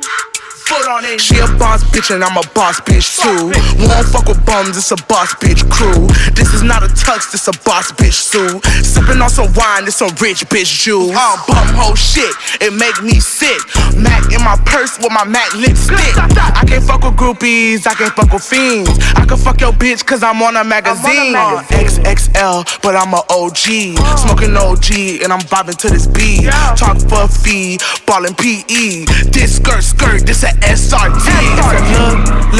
Look, it's a motherfucking look, it's a motherfucking look, it's a motherfucking right foot, left foot, right foot. I need a cowboy hat, how I ride these beats. I mix the fashion over with the Givenchy, and they press about me, but they don't want beef. And I'm real low key, can't clock my teeth. Face so pretty, I get that a lot. Lip feel aware, I think the fuck not.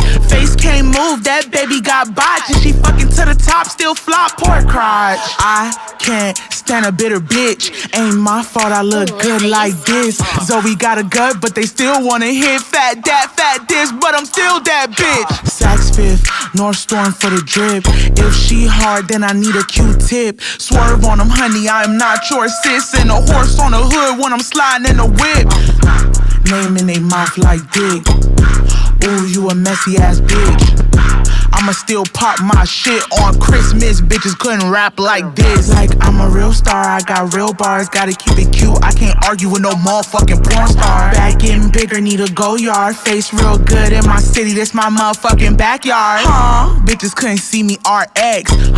School bitches, bitch, grab a desk. Out rapping bitches is a flex. And I'm hip hop Harry in a booth, who's next? Yeah, it's a motherfucking look, and I'm steezing that motherfucking Moncleezy. You bitches could never, and you bitches can't rap. Yeah, you heard what the fuck I said. Look, it's a motherfucking look, it's a motherfucking look, it's a motherfucking right foot, left foot, right foot. Catch a ride with your girl Info every Monday from 8 to 10. Woo! Wednesdays and Fridays, 8 to 9:30 p.m. Eastern Time. Turn up your radio. Ride along on Rough Riders Radio. All right, we are back with Zoey Brinxx. It's the Ride Along Rough Riders Radio in the pit. Now, your music is fire. You know that. I like how you so solid in your lyrics, but at the same time, you can clearly see that you having fun with this shit. Like, cause I know there's a lot of artists that are struggling just like, nah, man. When they say they gotta take it serious, they feel like they gotta be dead ass serious. And they never like, yo, bro, loosen up. Like, have fun with it. Yeah. Like, if you feel like you can't have fun, bro, just take a break. Do you write your own music? Yes. Okay. But I like how you have the hardest lyrics, though, with the smile on your face. Right? Like, you really, like, slide on the beat. Like, you really land precisely, not only with the bar, on the beat. And it's dope. She's feeling dope. it. Yeah. Period. Yeah, she ride the How beat. do you feel about women who don't write their own music? I've helped people write music, and, you know, they pay me for it. I feel like, shit, do what you gotta do. As long as you get paid.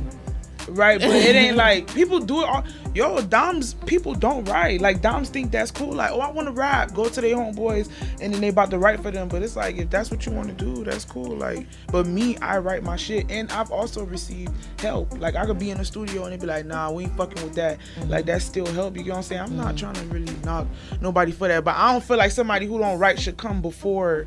You know what I'm saying? That's what I'm saying. I fuck with both. Like, not to bring that shit up, but Cardi and Nicki, I fuck with both of them. But to say like, oh yeah, Cardi before, or like just to compare her period is crazy. Like, yeah, it doesn't seem like if you're not writing your music, and you're writing your own music, does that make you more of an artist if you're writing your music? And if you're not writing it, are you more of an entertainer then? I just feel like it's a difference between people who really grew up and really like love hip hop and wanted to be a part of the culture, and people who's doing it for money, which is more entertaining. When you rapping, we're not talking about singing, we talking about rapping. Right. Why can't you tell your story? Why you gotta have, you know what I'm saying? I'm not trying to, but if we're gonna get into it, if we're gonna tell the difference, you know what I'm saying? That's the difference between the two to me. Like, tell your story. If you need help, then I understand, but I'm not trying to knock nobody or nothing. I just feel like that's my opinion. Like, that's your story. Like, but you can write. Yeah. So for people who can't write, I'm not trying to start no. You feel? I ain't trying to start no shit. Don't start nothing. Won't be nothing. I help somebody. I don't give a fuck. Really, do what you gotta do. But I write my shit. Cause I gotta get my point across. People have given me verses. They gave me verses and I try to do it, but it's like, I'm not finna use this because it's not me. Like, yeah, I don't say that. I don't, move like that. I've tried it before, but like when I have writer's block, my boyfriend, it was a point in time he had somebody come write for me, and I couldn't use the stuff that I really had to beat myself up to just get back into it, like jump back into it, because they was trying to help me, but I wasn't feeling it. But I didn't want to seem rude. You feel me? Like, I can't use that. It's not me. It's not realistic. Say, nobody can write for you what you. And then if we do a video, I'm not gonna feel it. If it come out, I'm not gonna want to because it's cringy. Like, you know what I'm saying? Yeah. Because you're a real artist. That's really what it is. I'm sorry. What does Downs mean? Because I heard you say that like how y'all say John, like a female. Oh, okay. Yeah, madam. No, like a dime. Like a dime, like a female. My dime. I don't know, like I don't like. You don't know dimes? You don't know dimes? I know, but like we don't say like. I'm kidding. I'm kidding. It's cool.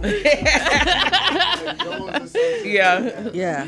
So it's just like when you like kind of slipping it in, I'm like, what does that mean? Yeah, that's that Florida lingo. Right. Yeah, North Miami. Yeah, have you been working on your New York lingo? Doms. Dom. DAMES. Like Doms. But Americans be saying dimes, but that's not what we're talking about. Like, I need a dime. That's not what we're talking about. Right. We talking about dom. Like, that's a dime. That's a bad dime. Like, type shit. Yeah. Right, but similar to what a dime would be. Like a It's a reference for a female. Period. You don't got to be a bad female or anything. Okay. Dom, a female. Female. Yeah. Okay. So you've been working on your New York lingo? I know you came in. Oh yeah, shit in May. Yo, word to my dad. Son. Oh. Son. Cringy AF. I thought I did good. Now you know it. I thought I nailed it just now. Whatever the fuck out of here. That's how we Oh, she didn't do the year back. That's how y'all sound. I love it though. Yeah, tell them. Year back. No, y'all be saying way worse shit than that. Oh yeah. What y'all known for? It's other shit. Bing bong. Ain't that y'all shit? That's nuts. Fuck out of here. That's a big one.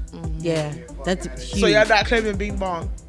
Yes, that's a trend that came and went. Yeah, that's not. That didn't stay. All know what bing bong is. That's the train sound. You know what I'm saying? Like when the train pull up, open. But that's an artist too, right?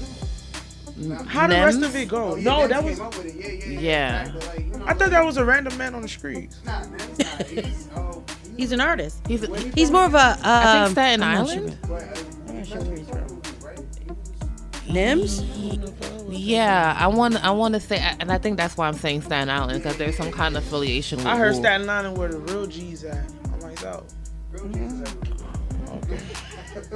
We was just out there. Yeah, I heard something happened on the subway. I told my team I ain't getting on that damn subway. Yeah, don't play around. You Unless- see? Unless you ready for that type But they of trying to smoke. set me up. Oh yeah, let's go, nigga. You go. You go if you want to. I mean, you never know. I mean, listen, it's a crapshoot. I moved to New York 10 years ago, and I was riding trains when I first got here, and I stopped. Okay, I'm going to drive, and I'm not getting on that shit no more.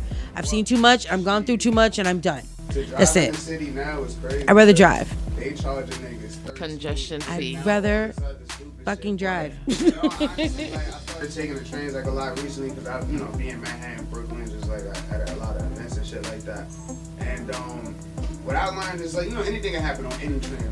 Just to be real with you, but It happens very often on y'all train. Yes, it does. You gotta know the lines though. Like when I really started like going places, I'm like, oh, okay. I feel 1,000 times safer on here than the one train. True. Like, Yeah. I had to take this like J train or some shit like to Brooklyn. Like it's a whole different culture of people. Yeah. So which ones is the ones you're not supposed to go on?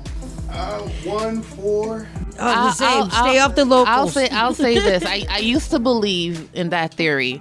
However, we're in a different New York now. Yeah. Right? There's a lot of migrants here now that's taking every single subway line, train, going wherever, up and down all day long.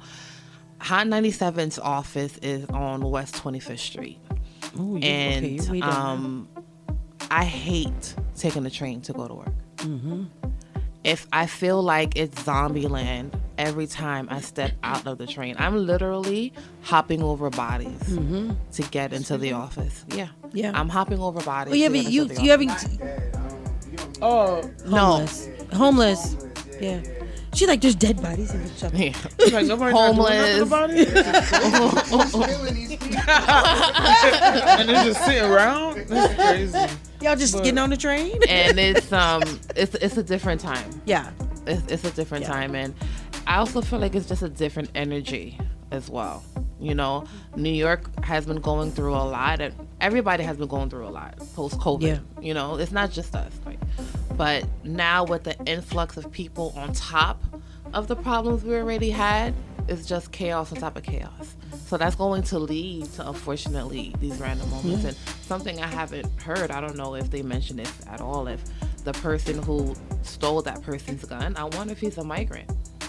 Good question. I wonder you if talking the about girl... on the subway, right? Yeah. When the Dom stabbed him up, I'm like, you see, and y'all told me to go on the subway. Why they couldn't find her name? Why they never released her name? Yeah, it's a whole thing. Well, yeah, I don't know about her, but the dude, like, I don't know how true the story is. I really didn't. Like, I saw the video. Yeah. The video went viral. Not that situation, because I watched the video multiple times. But they let that dude go because they said it was self-defense. Right. You know what I'm saying? When have you ever heard of that in New York? Really happens. That doesn't really happen. It happened a little while recently. With who? With the dude at the bodega with the old man. Oh, yeah. Yeah. Self-defense. I remember that. Yeah. I thought y'all not supposed to have I remember guns. That part. But that wasn't his gun. Yeah, the dude. That was some. That was really some Tax Stone shit. They don't know if he's even going to survive. That was really some crazy shit. How we on some crazy New York What's shit? with this random ass Dom just stabbing him? That was his girl out there. Really? Yeah. Getting punched up. Yeah. That was his girl. So Oh, a he's lot getting of beat up? Yeah. So a lot of people on social media have been attacking this girl, and I want to get your thoughts, right? So you are out with your man gets into a fight. What do you do? We scrapping. That's I'm different. sorry. I didn't know they was going together. Yeah. I don't know. Like, I'm calm right now, but nobody Yeah. better not ever play with. A lot of people are blaming the girl for stabbing him, for escalating the fight. But I didn't know they went together. They probably don't know that they went together. Oh, she escalated it? How? Look, that's what I was about to say. You saw the video? You didn't see the video? I ain't see the fighting part, but I seen her poking him. Yeah. The only reason why I feel like she escalated it because dude had a gun on him to begin with. And How would she know that though? No, That's I don't true. know. That's what I said. Like, I'm not going to know. Like, you're right about that, but forget her knowing that, him knowing that he had it on him. A lot of people out here specifically, even though they're not supposed to have it, they going to shoot you. There's a lot of people out here saying like, yo, I'm going to clap you. I'm not even going to fight you. I got this on me. I'm going to straight up shoot you. So, like, just my thoughts to it is just like he could have, personally, just straight up shot the dude. I'm not saying that he probably wouldn't have got stabbed either which way. But, you know, I'm not going to put no pressure on him and be like, yo, this is your fault or anything like that. You know, that's a thought that, you know, I'm a voice to myself more than anything because, you know, that's just a fucked up situation. Truly. Yeah, I just don't like that she's getting all that blame. Yeah. You know, if I have a knife on me, my man is getting beat up. God forbid something happens to him. Everybody would have been looking at me and saying, why you didn't use your knife? Yeah. Why you didn't save your man? What's wrong with you? You're dumb. Da, da, da. So she felt like she did the best thing that she could have done at that time. And the situation de-escalated. True. If you watch the entire video, someone came to separate the men and de-escalate the situation. They were on each other's sides now. Mm-hmm. Right? He then went and go in his jacket to get a gun after. How was that? Yeah. Like, come on. Are you mad that you got stabbed? Yeah. That's why you went to pull out a gun? But there was no real threat at your life at that time. You got stabbed because you were fighting. Yeah. That's what happens in a fight. Niggas get stabbed. Well, you know, niggas don't think when they in the heat of the moment. And you get shot too. That too. And he got shot with his own gun. I got the fucked up part about it. Yeah, that's the crazy part. This part, it's like, you pulled that gun and got shot with your own shit. Like, and I'm trying so much to not make a joke out of it because they say he might not survive, but it's just like, yo, why did you even have that on you? How'd you get your shit taken from you? You got close up on people. What? They already got close on you, and you see what happened. You bleeding. You felt that. You knew she stabbed you twice. Why would you get close up on him and you got a gun? Like that. Pride goes before the fall. Well, let's get back to the music. She over there like, oh my God. She's like, I'm never coming back to New York ever. Chelsea, Chelsea, I'm never coming back to New York ever I again. didn't watch that shit. What I'm thinking about is when I seen the video, I'm like, why the fuck this Dom started stabbing him? What she got to do with it? I didn't know they went together. Yeah. So it's about perspective. And I've been in that, and you know, sad to say, and we're gonna move on with the music, but sad to say, I've been in that situation with a man that I was with, and you know, getting carjacked, you know, attempting to carjack, and I'm in the car, and my man's outside the car getting gas or whatnot, and I'm in the car, and a person jumps in the car. What? And and it's like happened in Westchester County. And you had it on you. No, I didn't. That was the thing. But I didn't freak out. I didn't like, oh my God, what am I gonna do? Oh my God. You know, we're tussling and I'm fighting because you're not taking me. So it's gonna happen here in this parking lot because you're not taking me anywhere. So we're gonna run into this fence. We're gonna run whatever we gotta do because you're not taking me anywhere. So you have to be in your right frame of mind. But if, God forbid, if I had found a weapon, because I was looking. It's like, you know, the man I was with was like, find something, like, you know, and I'm like, you know, searching through compartments, you know, because if I had found something, it'd have been that same type of situation. So I get it, because you are going to defend the person that you're with. That's just natural instinct if you have it in you. I'm just gonna say it like that. But moving on, we're gonna talk about the music because we could go on. You gotta come back. Yeah, she's like, we gotta come back to New York. Don't worry about it. I'm not going on the subway. Period. Okay, but you have to tell me, and I'm gonna get this because we talked about this before on the break. The Casamigos song. Yeah, I'm gonna make you talk. She said, yeah. Yeah. So you made the Casamigos song, but then Kiddo Marv, which is actually a dope song. Thank you. You killed it. But then Sukihana came out with a song saying, and it's not the same song. It's totally different. Casamigos. But it's called Casamigo, and she did a collab with an artist as well. So how's that working? Like, what happened with that?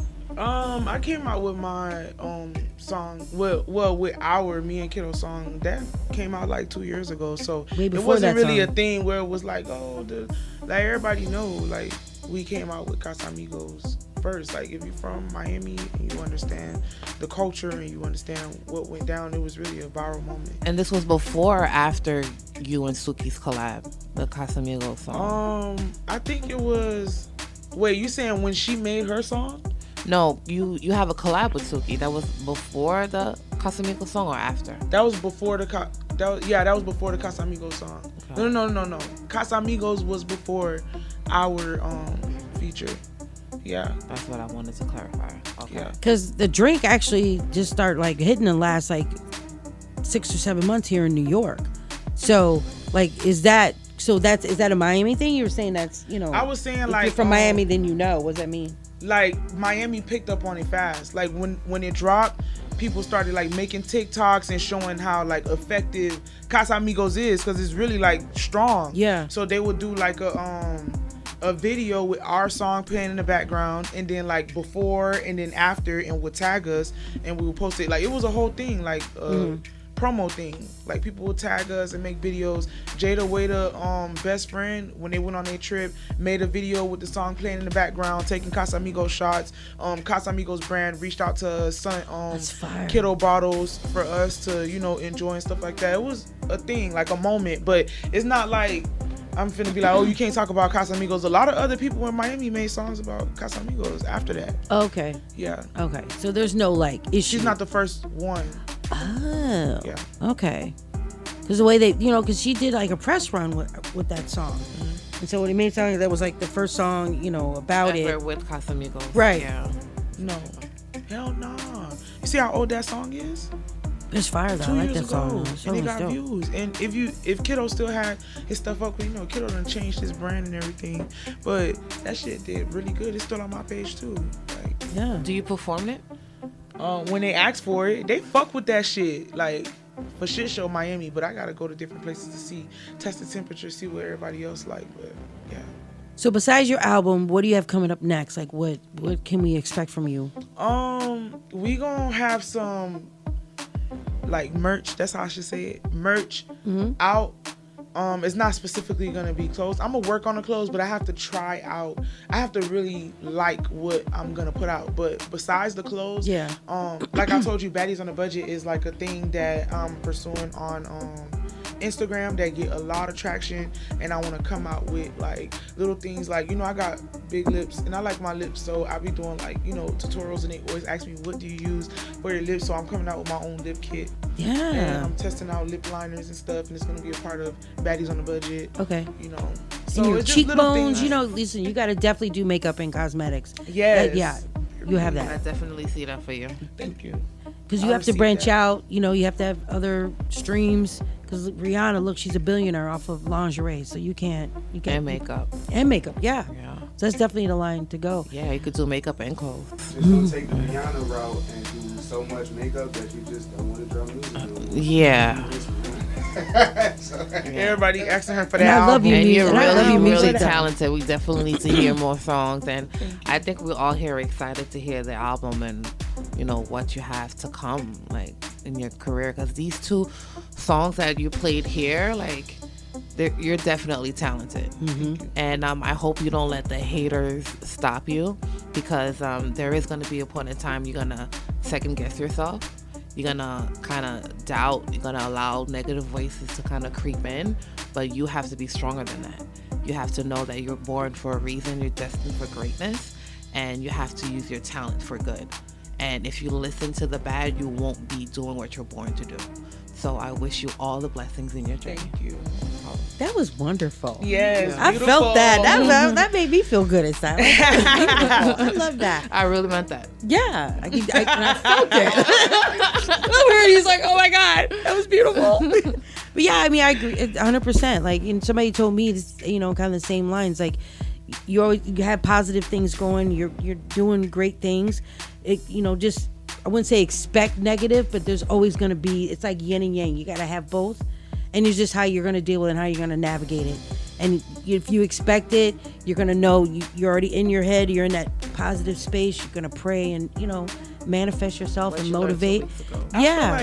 You got it. I was just about to talk about that. What? Say it again. I didn't hear it. She said what I learned 2 weeks ago. Yeah. I was about to say, like, when you guys hear me reflecting on the stuff that happened on the show, y'all probably thinking like, oh yeah, I don't entertain the negativity, but that's my perspective of the show. Like in life, I have a totally different perspective. Like, I'm really seeking God for real, and church is my safe space. Other people might not agree with that, but that's just me. And I feel like I found power in like the word, like the Bible, like the things that I've read, I felt empowerment in it. So that's my safe space. That's what balances me out. So Yeah. You know, I've been able to calm myself down and be grounded and not let things affect me, and it's definitely has taken a positive toll in my life. Yeah, and keep that. Hold on to that. You know, that's gonna help everybody. That, I mean, even sitting in the room, like everyday life, you need that, and you have to like stay focused on that at all times, so you can rise to greatness. You know, and you're beyond having potential. You are there. You know, you just have to take it to the next level and keep going, and you know, stay true to who you are. And you know, like you said, 10 toes down. That's it. Well, thank you so.